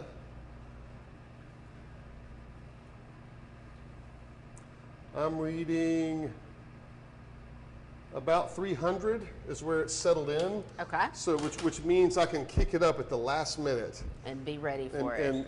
And fry the okra and the pone bread. So I'm going to put a little bit of olive oil in here. I'm going to saute this onion. We're going to do this in stages. We're going to do onion first, then peppers, then corn. Right, so okay. I'm going to... I have a lighter if we need one. It's probably because they're all on. Oh, there it goes. So, okay, so this is a 6-burner commercial kitchen stove, and I'm lucky enough to have a gas stove at home, which is what I prefer to cook on. That's what I learned to cook on. If you don't have a 6-burner, tell people at home, Scott. Yep. I mean, obviously, you could do your green tomato. Green tomato pickle, you can do a year in advance. Right. So that wouldn't have to be on the stove. Or a day in advance, even. Yeah. The peas you could do a day in advance and reheat. They actually, I kind of like peas better the next day. Like they continue. Yeah, absolutely. It's one of those things that can be better the next day. Yeah. And I have this garlic sitting here. And I hate to waste it. Might as well add it. I'm going to put that in our little corn saute with some pepper. And you know what else I'm going to put in there? A little jalapeno pepper. Okay. We have just a little bit left, actually. And you know, another thing that I picked out of my garden today, I'm going to put 1 bay leaf in there just because it feels right. There you go.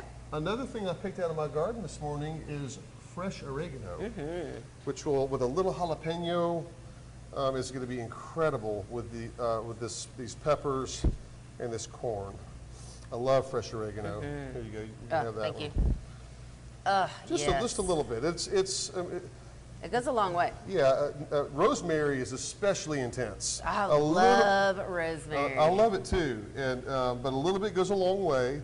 Oregano is kind of the same thing. You know, you don't want you want to be a little careful with it. I like the kind of big. I mean, I don't have these. I've gotten the stems. There's no stems in there, so I'm not going to chop this up just hyper fine. I'm going to leave it a little bit rustic. On my jalapeno for this. There's our timer. So give me another 5-minute timer. I think everything else is okay back there. Okay. I'm going to cut a piece off my jalapeno with no seeds. And then I'm going to take that piece and cut it into very thin strips carefully. And then I'm going to come back and do very, very small dice. And because I don't want this corn pepper saute to be spicy, You just want that I want flavor. it to be zesty and with a little bit of jalapeno. Okay. And you know, if you cut it in very small pieces, you won't get a big bite of it that might overpower it. So I've got those ready to go. We'll add that here momentarily. Okay. I got my onion sauteing here. I add a little salt each time I add a different vegetable. I got a little color on those. I'm kind of feeling like that's good for now. So I'm gonna turn that way down and kind of keep that on the edge. Now let me get my peppers going. I'm going to cut those in little strips. I want the final product to be about corn size. Okay, right. Kind of like when you make succotash, you know, you want the limas and the corn and the peppers, and you want them all to, or the black-eyed peas. Yeah, you want all those things in whatever your succotash recipe is. You kind of want them to all be the same size. Well, then that way you don't have just a spoonful or a biteful of just pepper exactly. or just this. Yes. Because when you cook it together, it's meant to be eaten together. Yeah, it kind of becomes one thing. Right. Rather than separate things in one dish. And I don't want just a ton of... You know, I could have just sauteed these in strips, real fast, salt and pepper, little garlic, little oregano, and cooled them down a little bit and serve that as a side dish. You can, yeah. And I probably would have put just a little splash of red white vinegar in there had I done that. There's nothing wrong with just sauteed peppers, particularly on a pizza. But they're also just good by themselves. In Italy, they do something called Peperonata, which is sauteed peppers, onions, garlic, capers, and a good olive oil, garlic, red wine vinegar, which I love. And is that served hot, like as it's served? It can be served hot, like with bruschetta, with the grilled bread, as a little almost little appetizer dish. Right. Or it can be served cold with the goat cheese on a sandwich with fresh basil. Ah, okay. That's really nice either way. It's actually one of the sandwiches that we opened Boulevard Bread Company with when I first opened it in early in the year 2000. That was my first restaurant. And look how you've grown. A little bit. I sold Boulevard 10 years ago. Yes. And they're still rocking and rolling, and we do a ton of business with them, and I just love them to death. I get my coffee there at least 3 days a week. You do, they make some breads out of your spent grains. They do bread for several locations, and they do our famous chocolate cake. Christine Liu, who worked with me many moons ago at Chez Panisse, bakes those amazing chocolate fudge cakes that we do at Heidstock and Tamale. So I'm going to add the bell pepper, the jalapeno. I'm going to go ahead and put the oregano in there. You could add that at the very end as well. Okay. I'm going to throw some cracked pepper in here. It feels right. And now I'm going to saute this until it's a little soft. And then we'll do the corn right at the end. Right, and because the corn really just needs to be heated up a tiny bit, and it's done. Gotcha. Okay. Okay. So, next thing on our list, I believe we are down to okra. And the pone bread. Let's talk about okra real quick. I love some. There is not a way I have found that a person could cook okra that I don't like. I'm a big okra fan. Woo! We'll get to cutting this in a minute, but one thing I wanted to point out is, look at that. Oh, isn't that sweet? That's from Rusty and Sue Newfer in Jerusalem, Arkansas. You don't need to cut that. You just fry that whole. Oh, yeah. These little tiny ones, but the bigger ones, I cut a little bit of the fibrous end off. That's all I did. That'll soften up. That'll soften up. I like to cut them lengthwise before I bread them and fry them. I've seen it done that way. I just prefer it. I just think it's better. Yeah. You know? There's our timer for our squash. So I'm going to check our squash real quick. And it is browning with joy and happiness. I'm going to give it another rotation. I need 5 more minutes on that. Just a little brown on the edges there. Yeah, it's getting close. Green tomato pickle is like 99% done. Next 5-minute timer, I need to check that green tomato pickle. Okay, I will remind you. We're going to make a quick egg wash for this okra. And we're going to do it, I've got a bowl here. This just has a little olive oil residue from our squash. Nothing wrong with that. I mean, seriously, people, there are certain things that you cannot reuse a bowl or a cutting board for. Right. But if you can, save yourself the cleanup after the fact. We can actually compost Eggshells are great for a compost. So we're just going to crack 3 eggs into here. And if there's any eggshell, I'm going to pick it out. I got lucky this time. And let's see, this recipe is real simple. I like the egg yolks. I like buttermilk.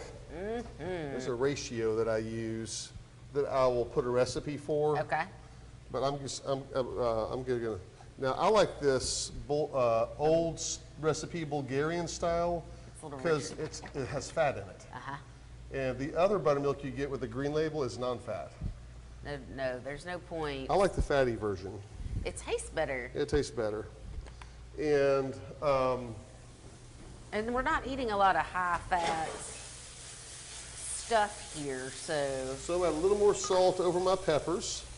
Kind of keep those things, because you don't want the corn to be the salty and everything else that's already cooked to kind of get lost. Right. So I kind of salt everything as I go. And then the corn's going to pop a little bit from Exactly. that. Okay. With the texture too, because this will still have a little bit of crunch to, not crunch, more like a al dente to it, right? Right. And now I'm going to add a little bit. This is a little trick of the trade here. I'm going to add just a little tiny bit of baking soda and baking powder to my egg wash. All right. Okay. I'm going to add a little pinch of salt to my egg wash. And there's some salt in my breading as well. I'd like to season the egg wash as well. You kind of get seasoning, you kind of layer it. The vegetable gets the egg wash, which is seasoned, which gets the breading that is seasoned. Okay. Obviously, we don't want to over-season anything. So what does the baking soda and the baking powder, what's the secret trick as far as what does it produce for you in an outcome? So when you're frying green tomatoes or okra, it just gives a little poof. Just makes it a little more puffy. Okay.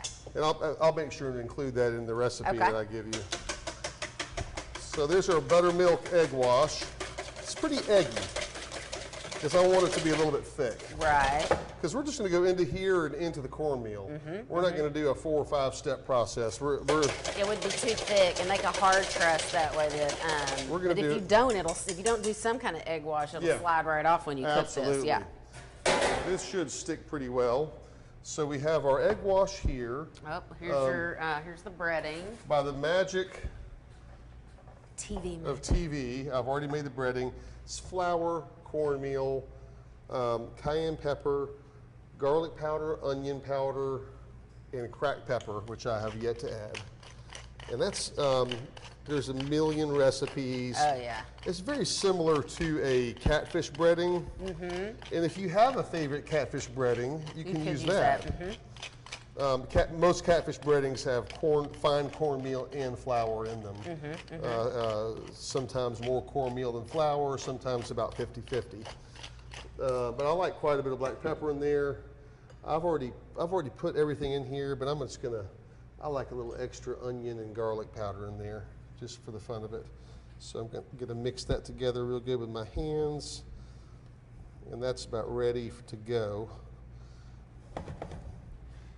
Okay. All right. So before we get into the frying is the last thing we do. So I'm going to finish this corn saute. Okay.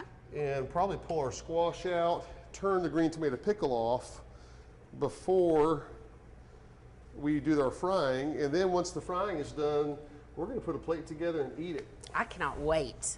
All right, so there's our timer. So you Okay. said, don't forget to check. Don't forget the green tomato pickle. Good job. Okay, the green tomato pickle is looking done to me because it's caramelized, it's reduced. Oh, wow. It's not, it's just starting to stick on the bottom. Mm-hmm. And it will, once it starts to stick on the bottom, it can burn very quickly. So that is, don't stick your finger in it. I would not. Because it's like molten lava. It's almost like candy style, like yeah, that kind of. It is a marmalade. Yeah.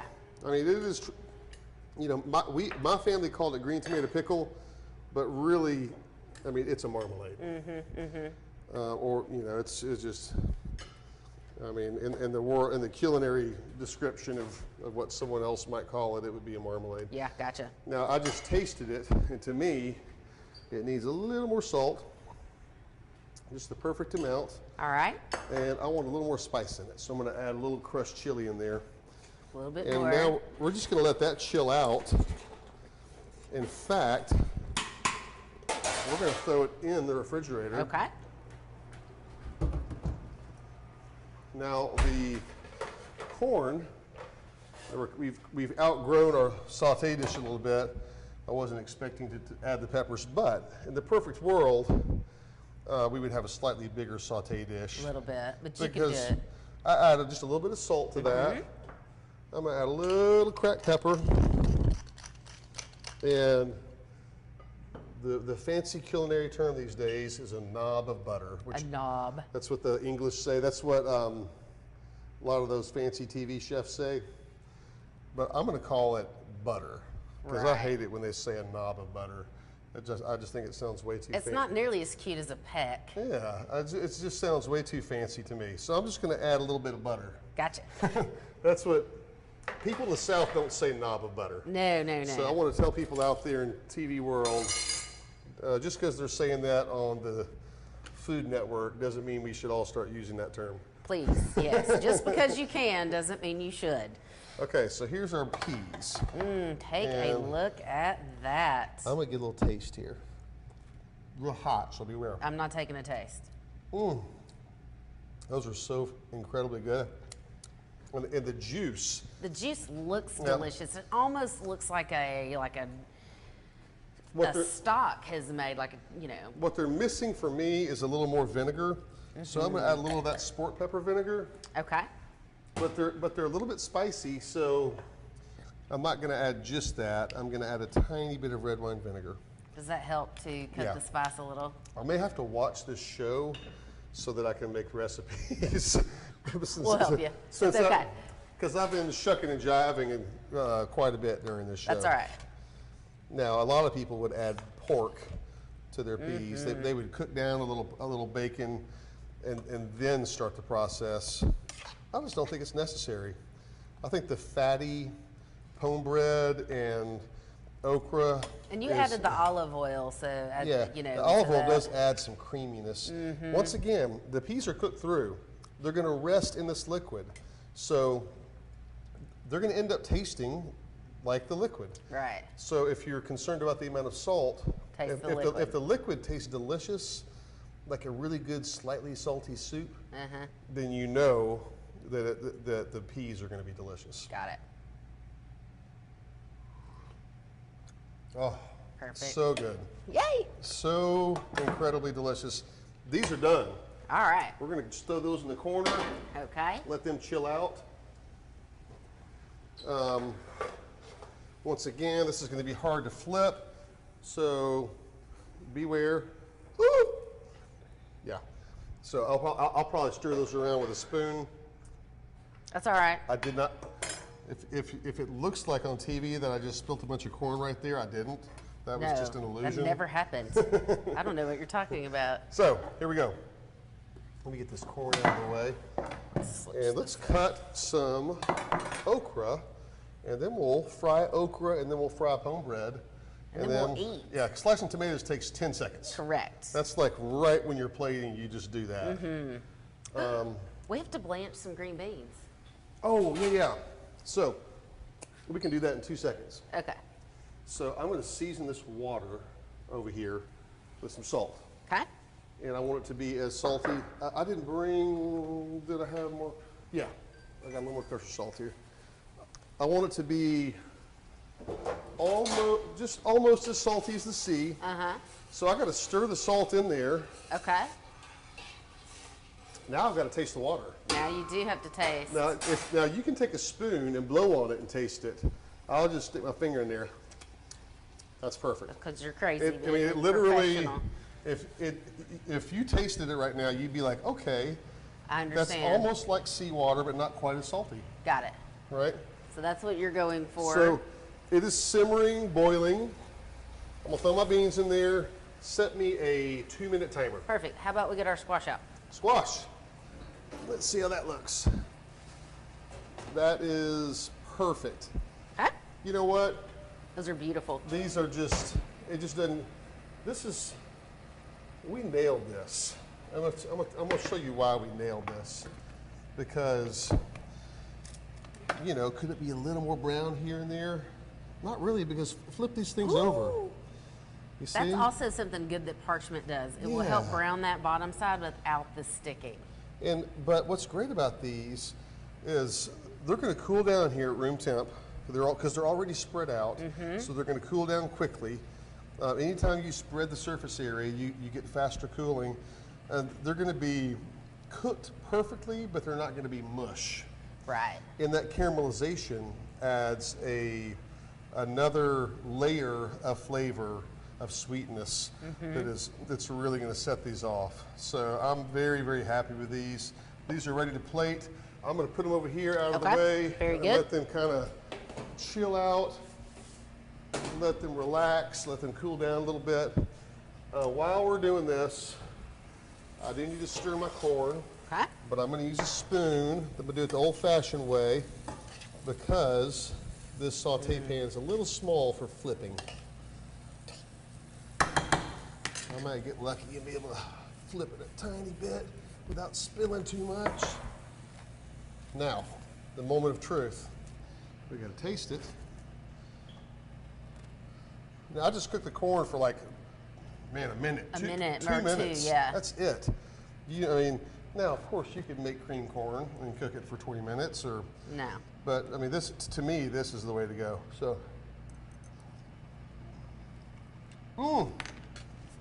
Yeah. No. I'm tasting, the oregano is amazing, the jalapeno, the peppers. I hate to say this, but it needs a little more butter. And don't be offended by the amount that I add. Because I just think butter and corn are best friends. They are best friends. And I also, you know, I hate to do it, but it just needs a tiny bit more salt in there. Okay. And then, really, this is done. We're just gonna let that chill out for a minute. Oh, once that butter melts all over that corn. Look at that. So that. It's good, it's tasty, it's beautiful. Yeah, it's a little more complex than just sauteed corn. I love just sauteed corn. But we've added a little layer of complexity to it with the peppers and the oregano and the little bit of jalapeno. I also feel like it needs just a tiny bit of acidity.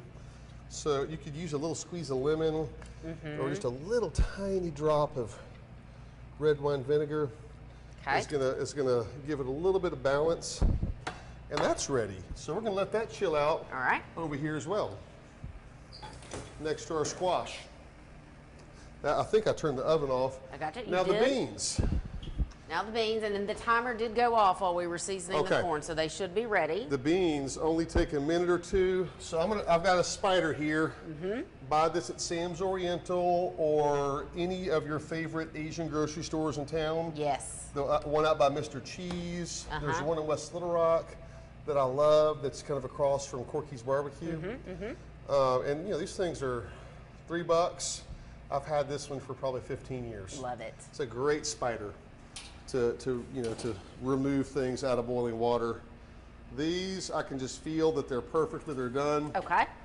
Now, this is important. They're perfectly cooked right now. Do not shock them with cold water. Right. You're rinsing off nutrients, flavor, salt. In the perfect world, you cook them to perfection, and then you really spread them out to cool them down. Okay. And I really, Alice Waters taught me that, and I've been pretty fanatical about it ever since, because I really do think it makes a big difference. I think especially for something that you're not going to peel. Yeah. Like, you know, it makes sense if you need to peel a tomato that you would just put it in boiling water and then, you know, shock it. Yeah. Well, you don't have any flavor you're trying to. Had I overcooked these, maybe I would shock them in cold water just to rescue them. Ah, okay. But here's another thing. Like these are to me are maybe perfectly cooked now, but might carry over and get a little too softer than I want. So here's another trick. Spread them out on the sheet tray. Stick them in the fridge. And stick them in the fridge. Now,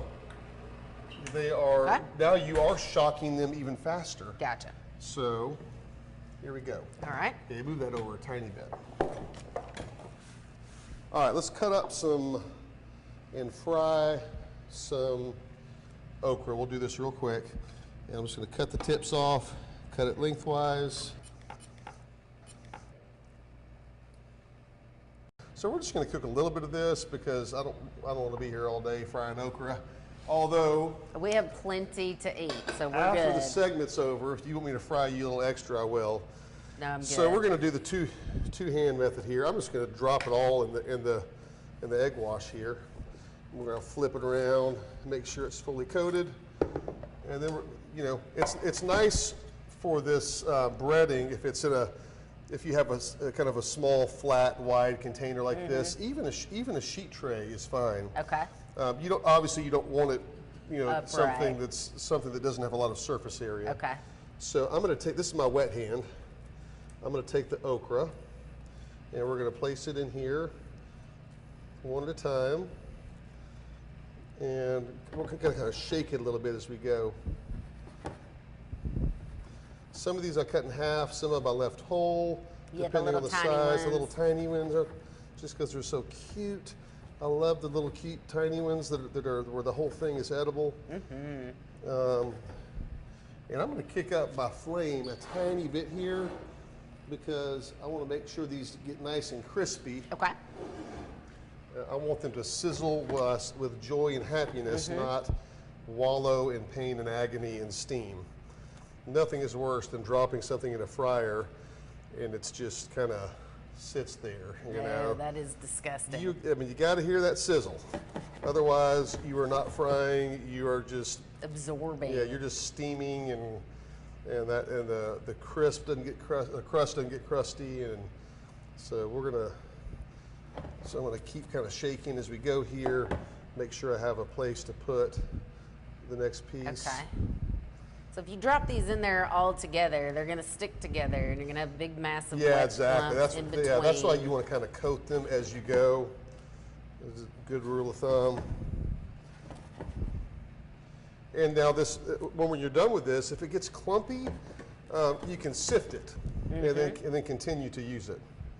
So you want to get all you can out of your breading, because it will. If you're doing 4 or 5 batches of this, you'll get kind of clumps of the egg wash and the okra, and so having a little sifter handy will allow you to get a little more mileage out of it. So there we go. So this is my dry hand, and I'm going to kind of toss that around like so.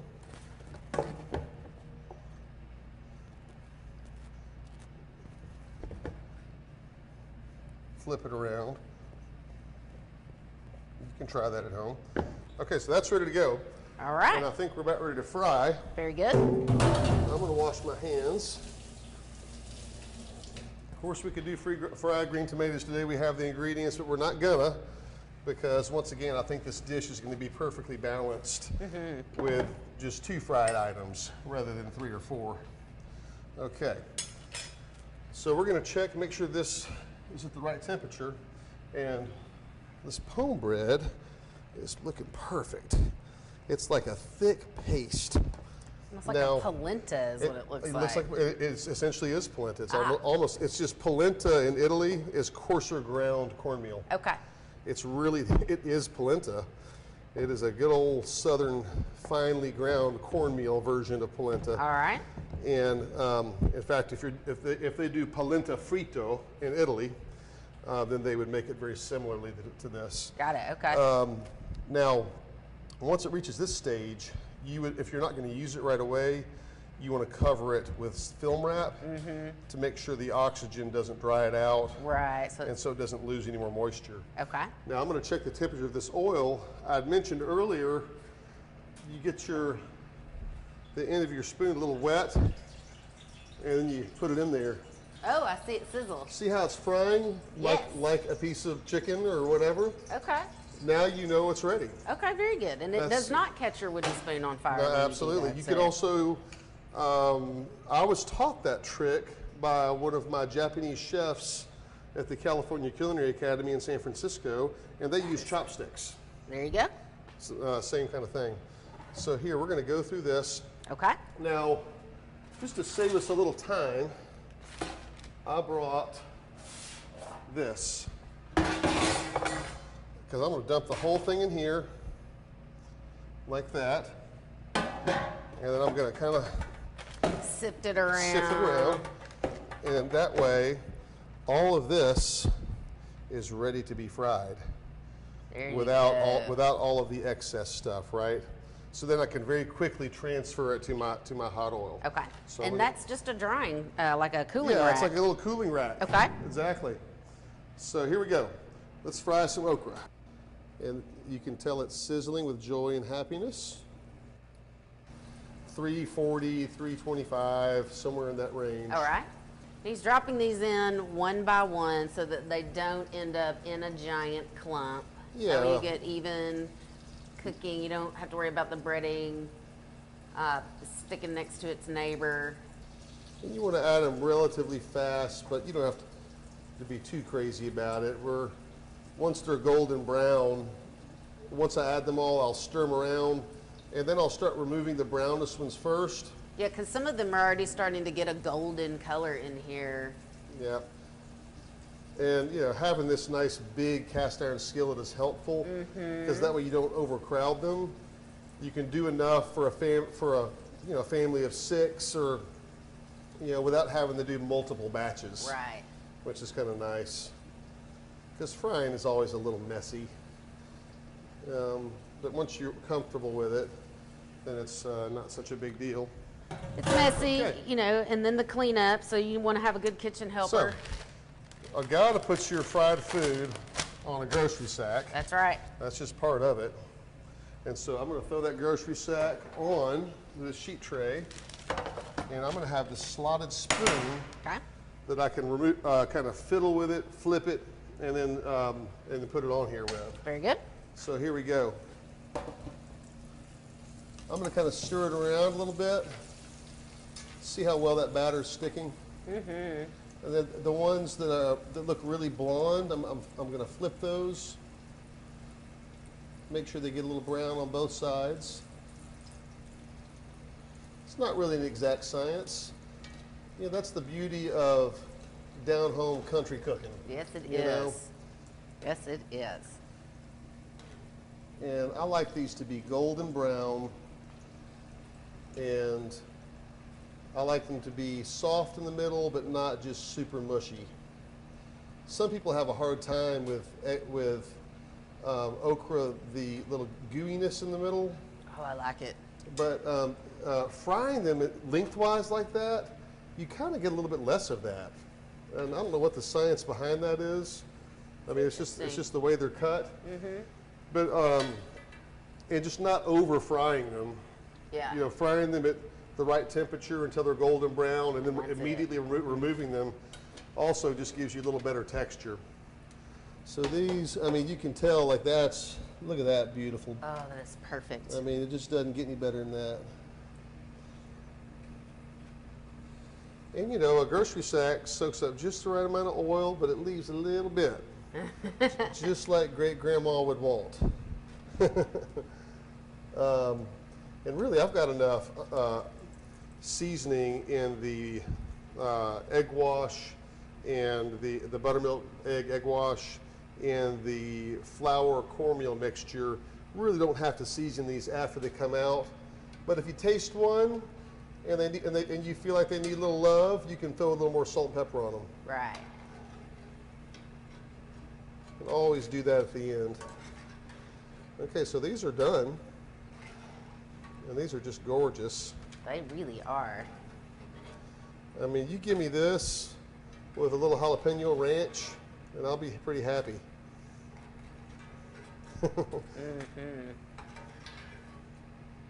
I would eat them plain, but you know, if they had plenty of salt on them, I would be good with no dipping. Yeah, and I said the word ranch, but I always make it clear to people watching from out of state in particular that Arkansas food is does really not involve ranch dressing or cheese dip.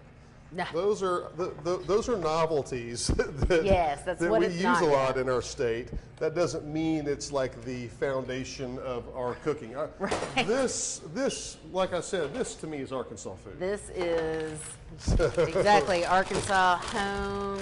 Okay, so we're going to get another thing. So we're going to get our pone bread ready. Now, pone bread has a tendency to stick a little bit, so you have to kind of have to scrape it a little bit. All right. And I'm going to teach y'all a very important trick of the trade. In the perfect world, we have a little bit of water. That's right, a little bit of cold water. That way it doesn't stick to your hands. Mm-hmm. So we'll dip our hands in the water before we patty out each piece. Got it. Now I'm going to patty them on here first, put them in the oil, and then we'll put the bag back on there. Okay. So a little cold water. We're going to take a perfect little chunk here. I roll it up in a little oblong bowl, and I think it's really important with pone bread to have the finger marks. Okay. Right? And, you know, actually, I'm just going to put them right in here. Now, here's another trick of the trade. Whenever you're putting anything in a pan with hot oil, you lay it away from you, never towards you. And don't drop it in So, there. yeah, watch this. Splashes. See how I lay it away from me? It splashes that way. Got it. Okay. Now, if you're in a kitchen where your stove is on the center island, that way you can splash the old grease towards your enemies. That's right. And not yourself. That's a good idea. So you just invite the people you don't like to stand across from you, and then you can just splash that right on them. Or maybe the impatient people who are saying, when's it going to be ready? And you just teach come them a on little over bit of a here. lesson. Yeah, That's right. exactly. So Or here we hawking go. over your work, watching everything. Those finger marks are everything to me. I mean, those are great grandma's finger marks. Absolutely. You know, and that's. I think those little peaks that forms too gives you that Yeah, little gives extra you, yeah, ridge, a crispy. gives you a little more surface area of crisp goodness. And you can tell that first one I dropped in is already getting a little brown. So we're going to want to flip that. Flip it away from you. Okay. And I'm going to kick the temperature down a tiny bit because we're just getting cooking a little too fast here.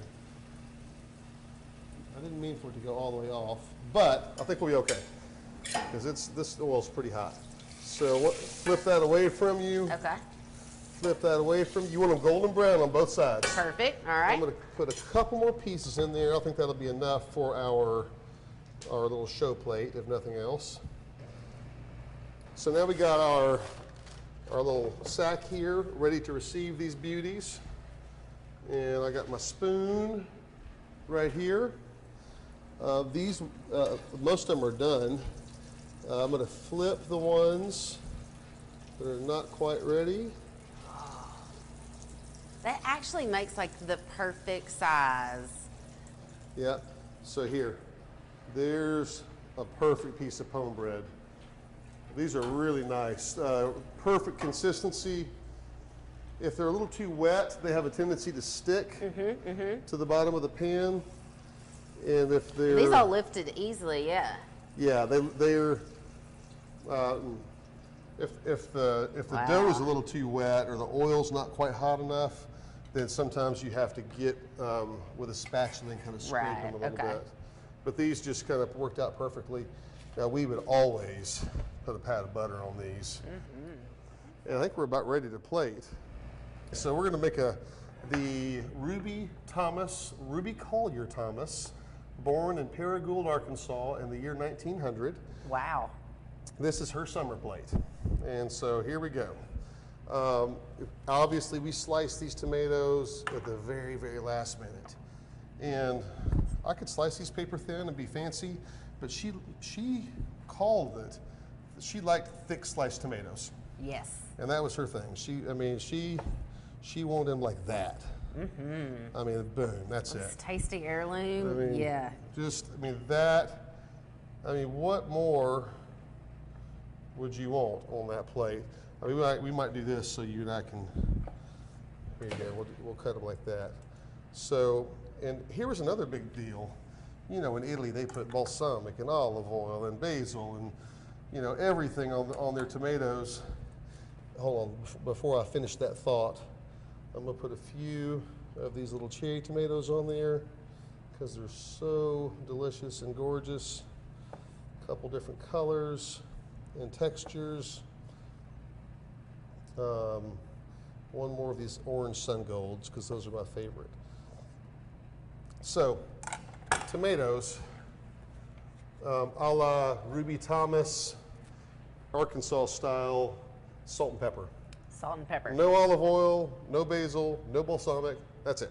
No anything Now, else. I'm going to fancy it up today. She may frown upon this. I'm going to use the Maldon flake salt because I love that salt. You know, I just think it's really good on tomatoes. To get the little burst of saltiness. A little cracked pepper. So that's part one. Part two, field piece. And I got lots of stems and basil leaves and things in there, or bay leaves, so I'm going to try to avoid those. Now these field peas, I'm going to strain them pretty well. We're going to put those on the plate. And next to the field peas, we're going to have our pone bread. That way you can go ahead and start sopping up some of the juices Yep. as they run just a little. We are going to have some green tomato pickle. It's best when it's cold, so I'm gonna use this stuff that I made about 2 weeks ago, which sealed really well. That's how you get open a sealed jar. You asked Scott to do it. So we're gonna, here I need to find another little spoon. Here I can reuse this spoon, that'll be fine. So we're gonna take this green tomato pickle, and I like this green tomato pickle just kind of right on the field peas, kind of spilling off over by the pone bread. Okay, so let me get that out of the way. And then we're gonna put some of this beautiful squash, just a nice little pile. Look how beautiful that is.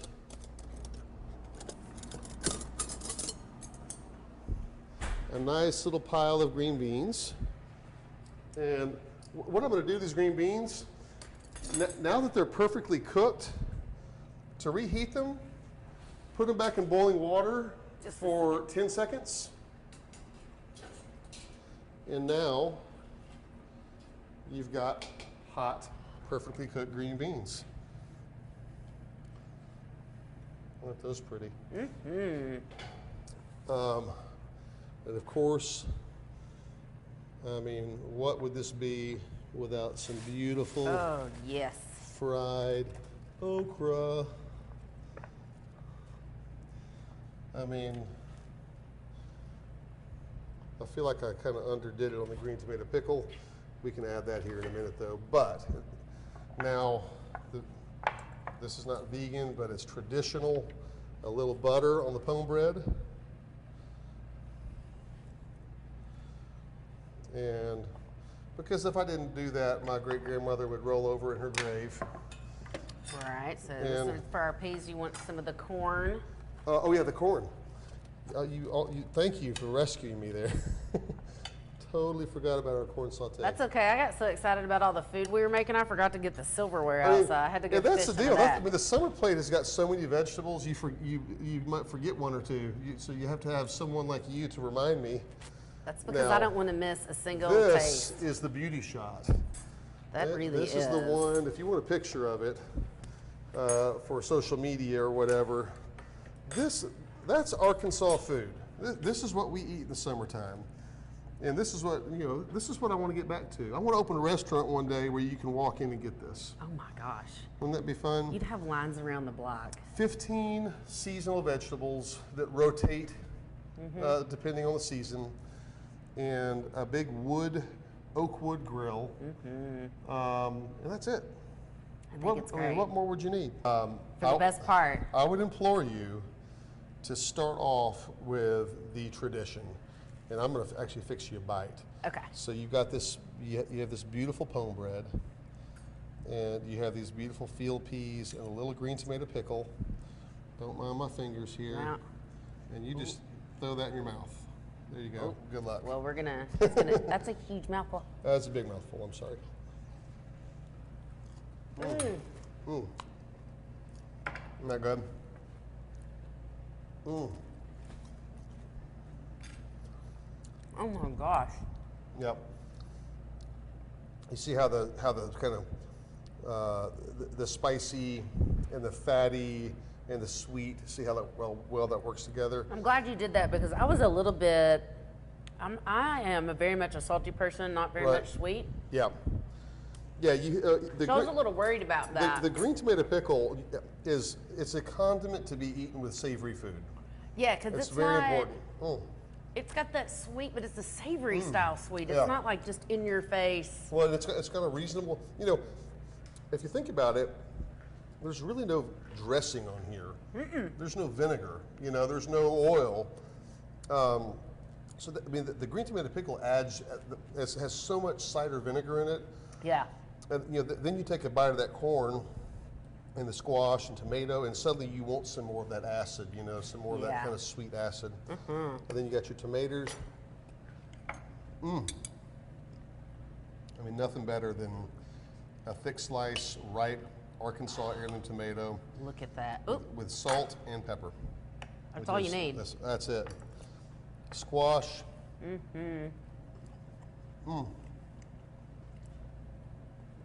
This squash, if you wanted to, at the last second, you could flash it in a 500-degree oven for 3 minutes, 1 minute, and then serve a little. Right now, it's kind of like room temp.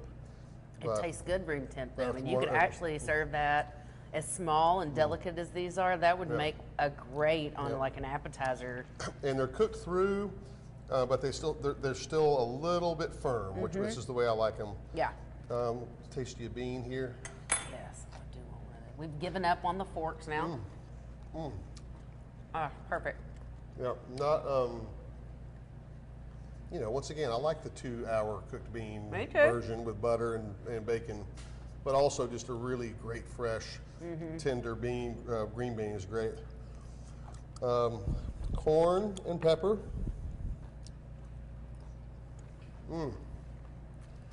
What's next?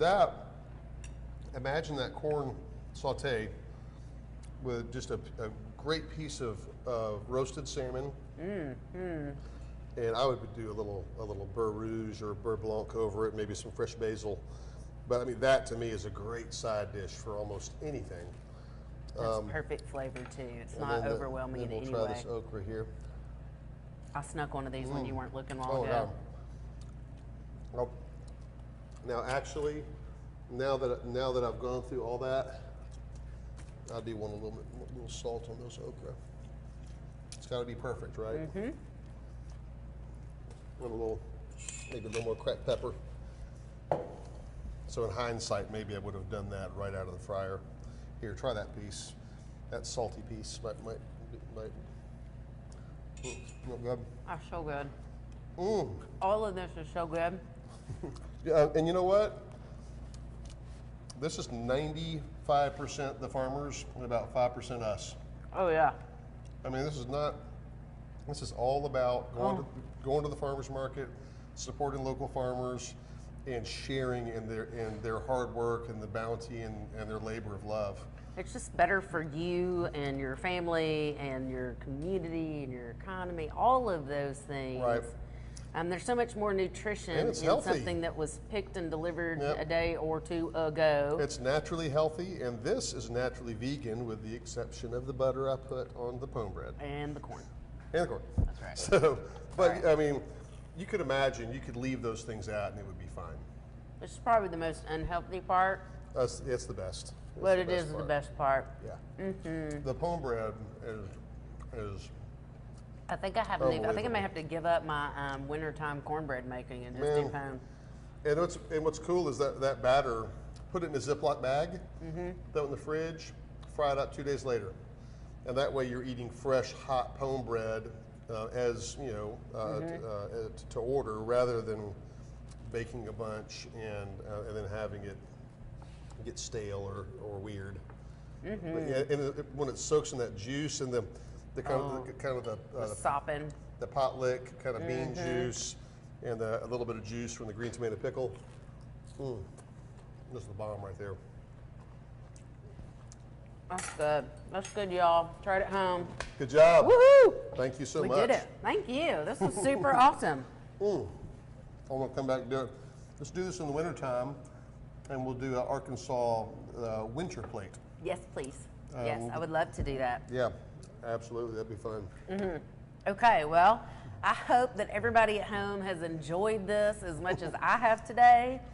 Sorry about my mess.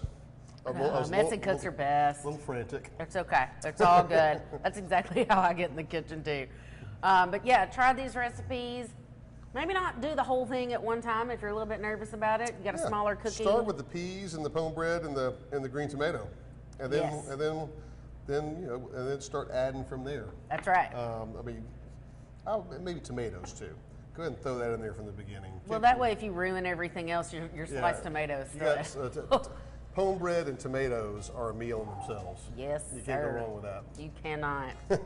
All right, y'all. Thank you so much for tuning in to this episode of Chop the Rock. We encourage you to continue to watch us for new episodes.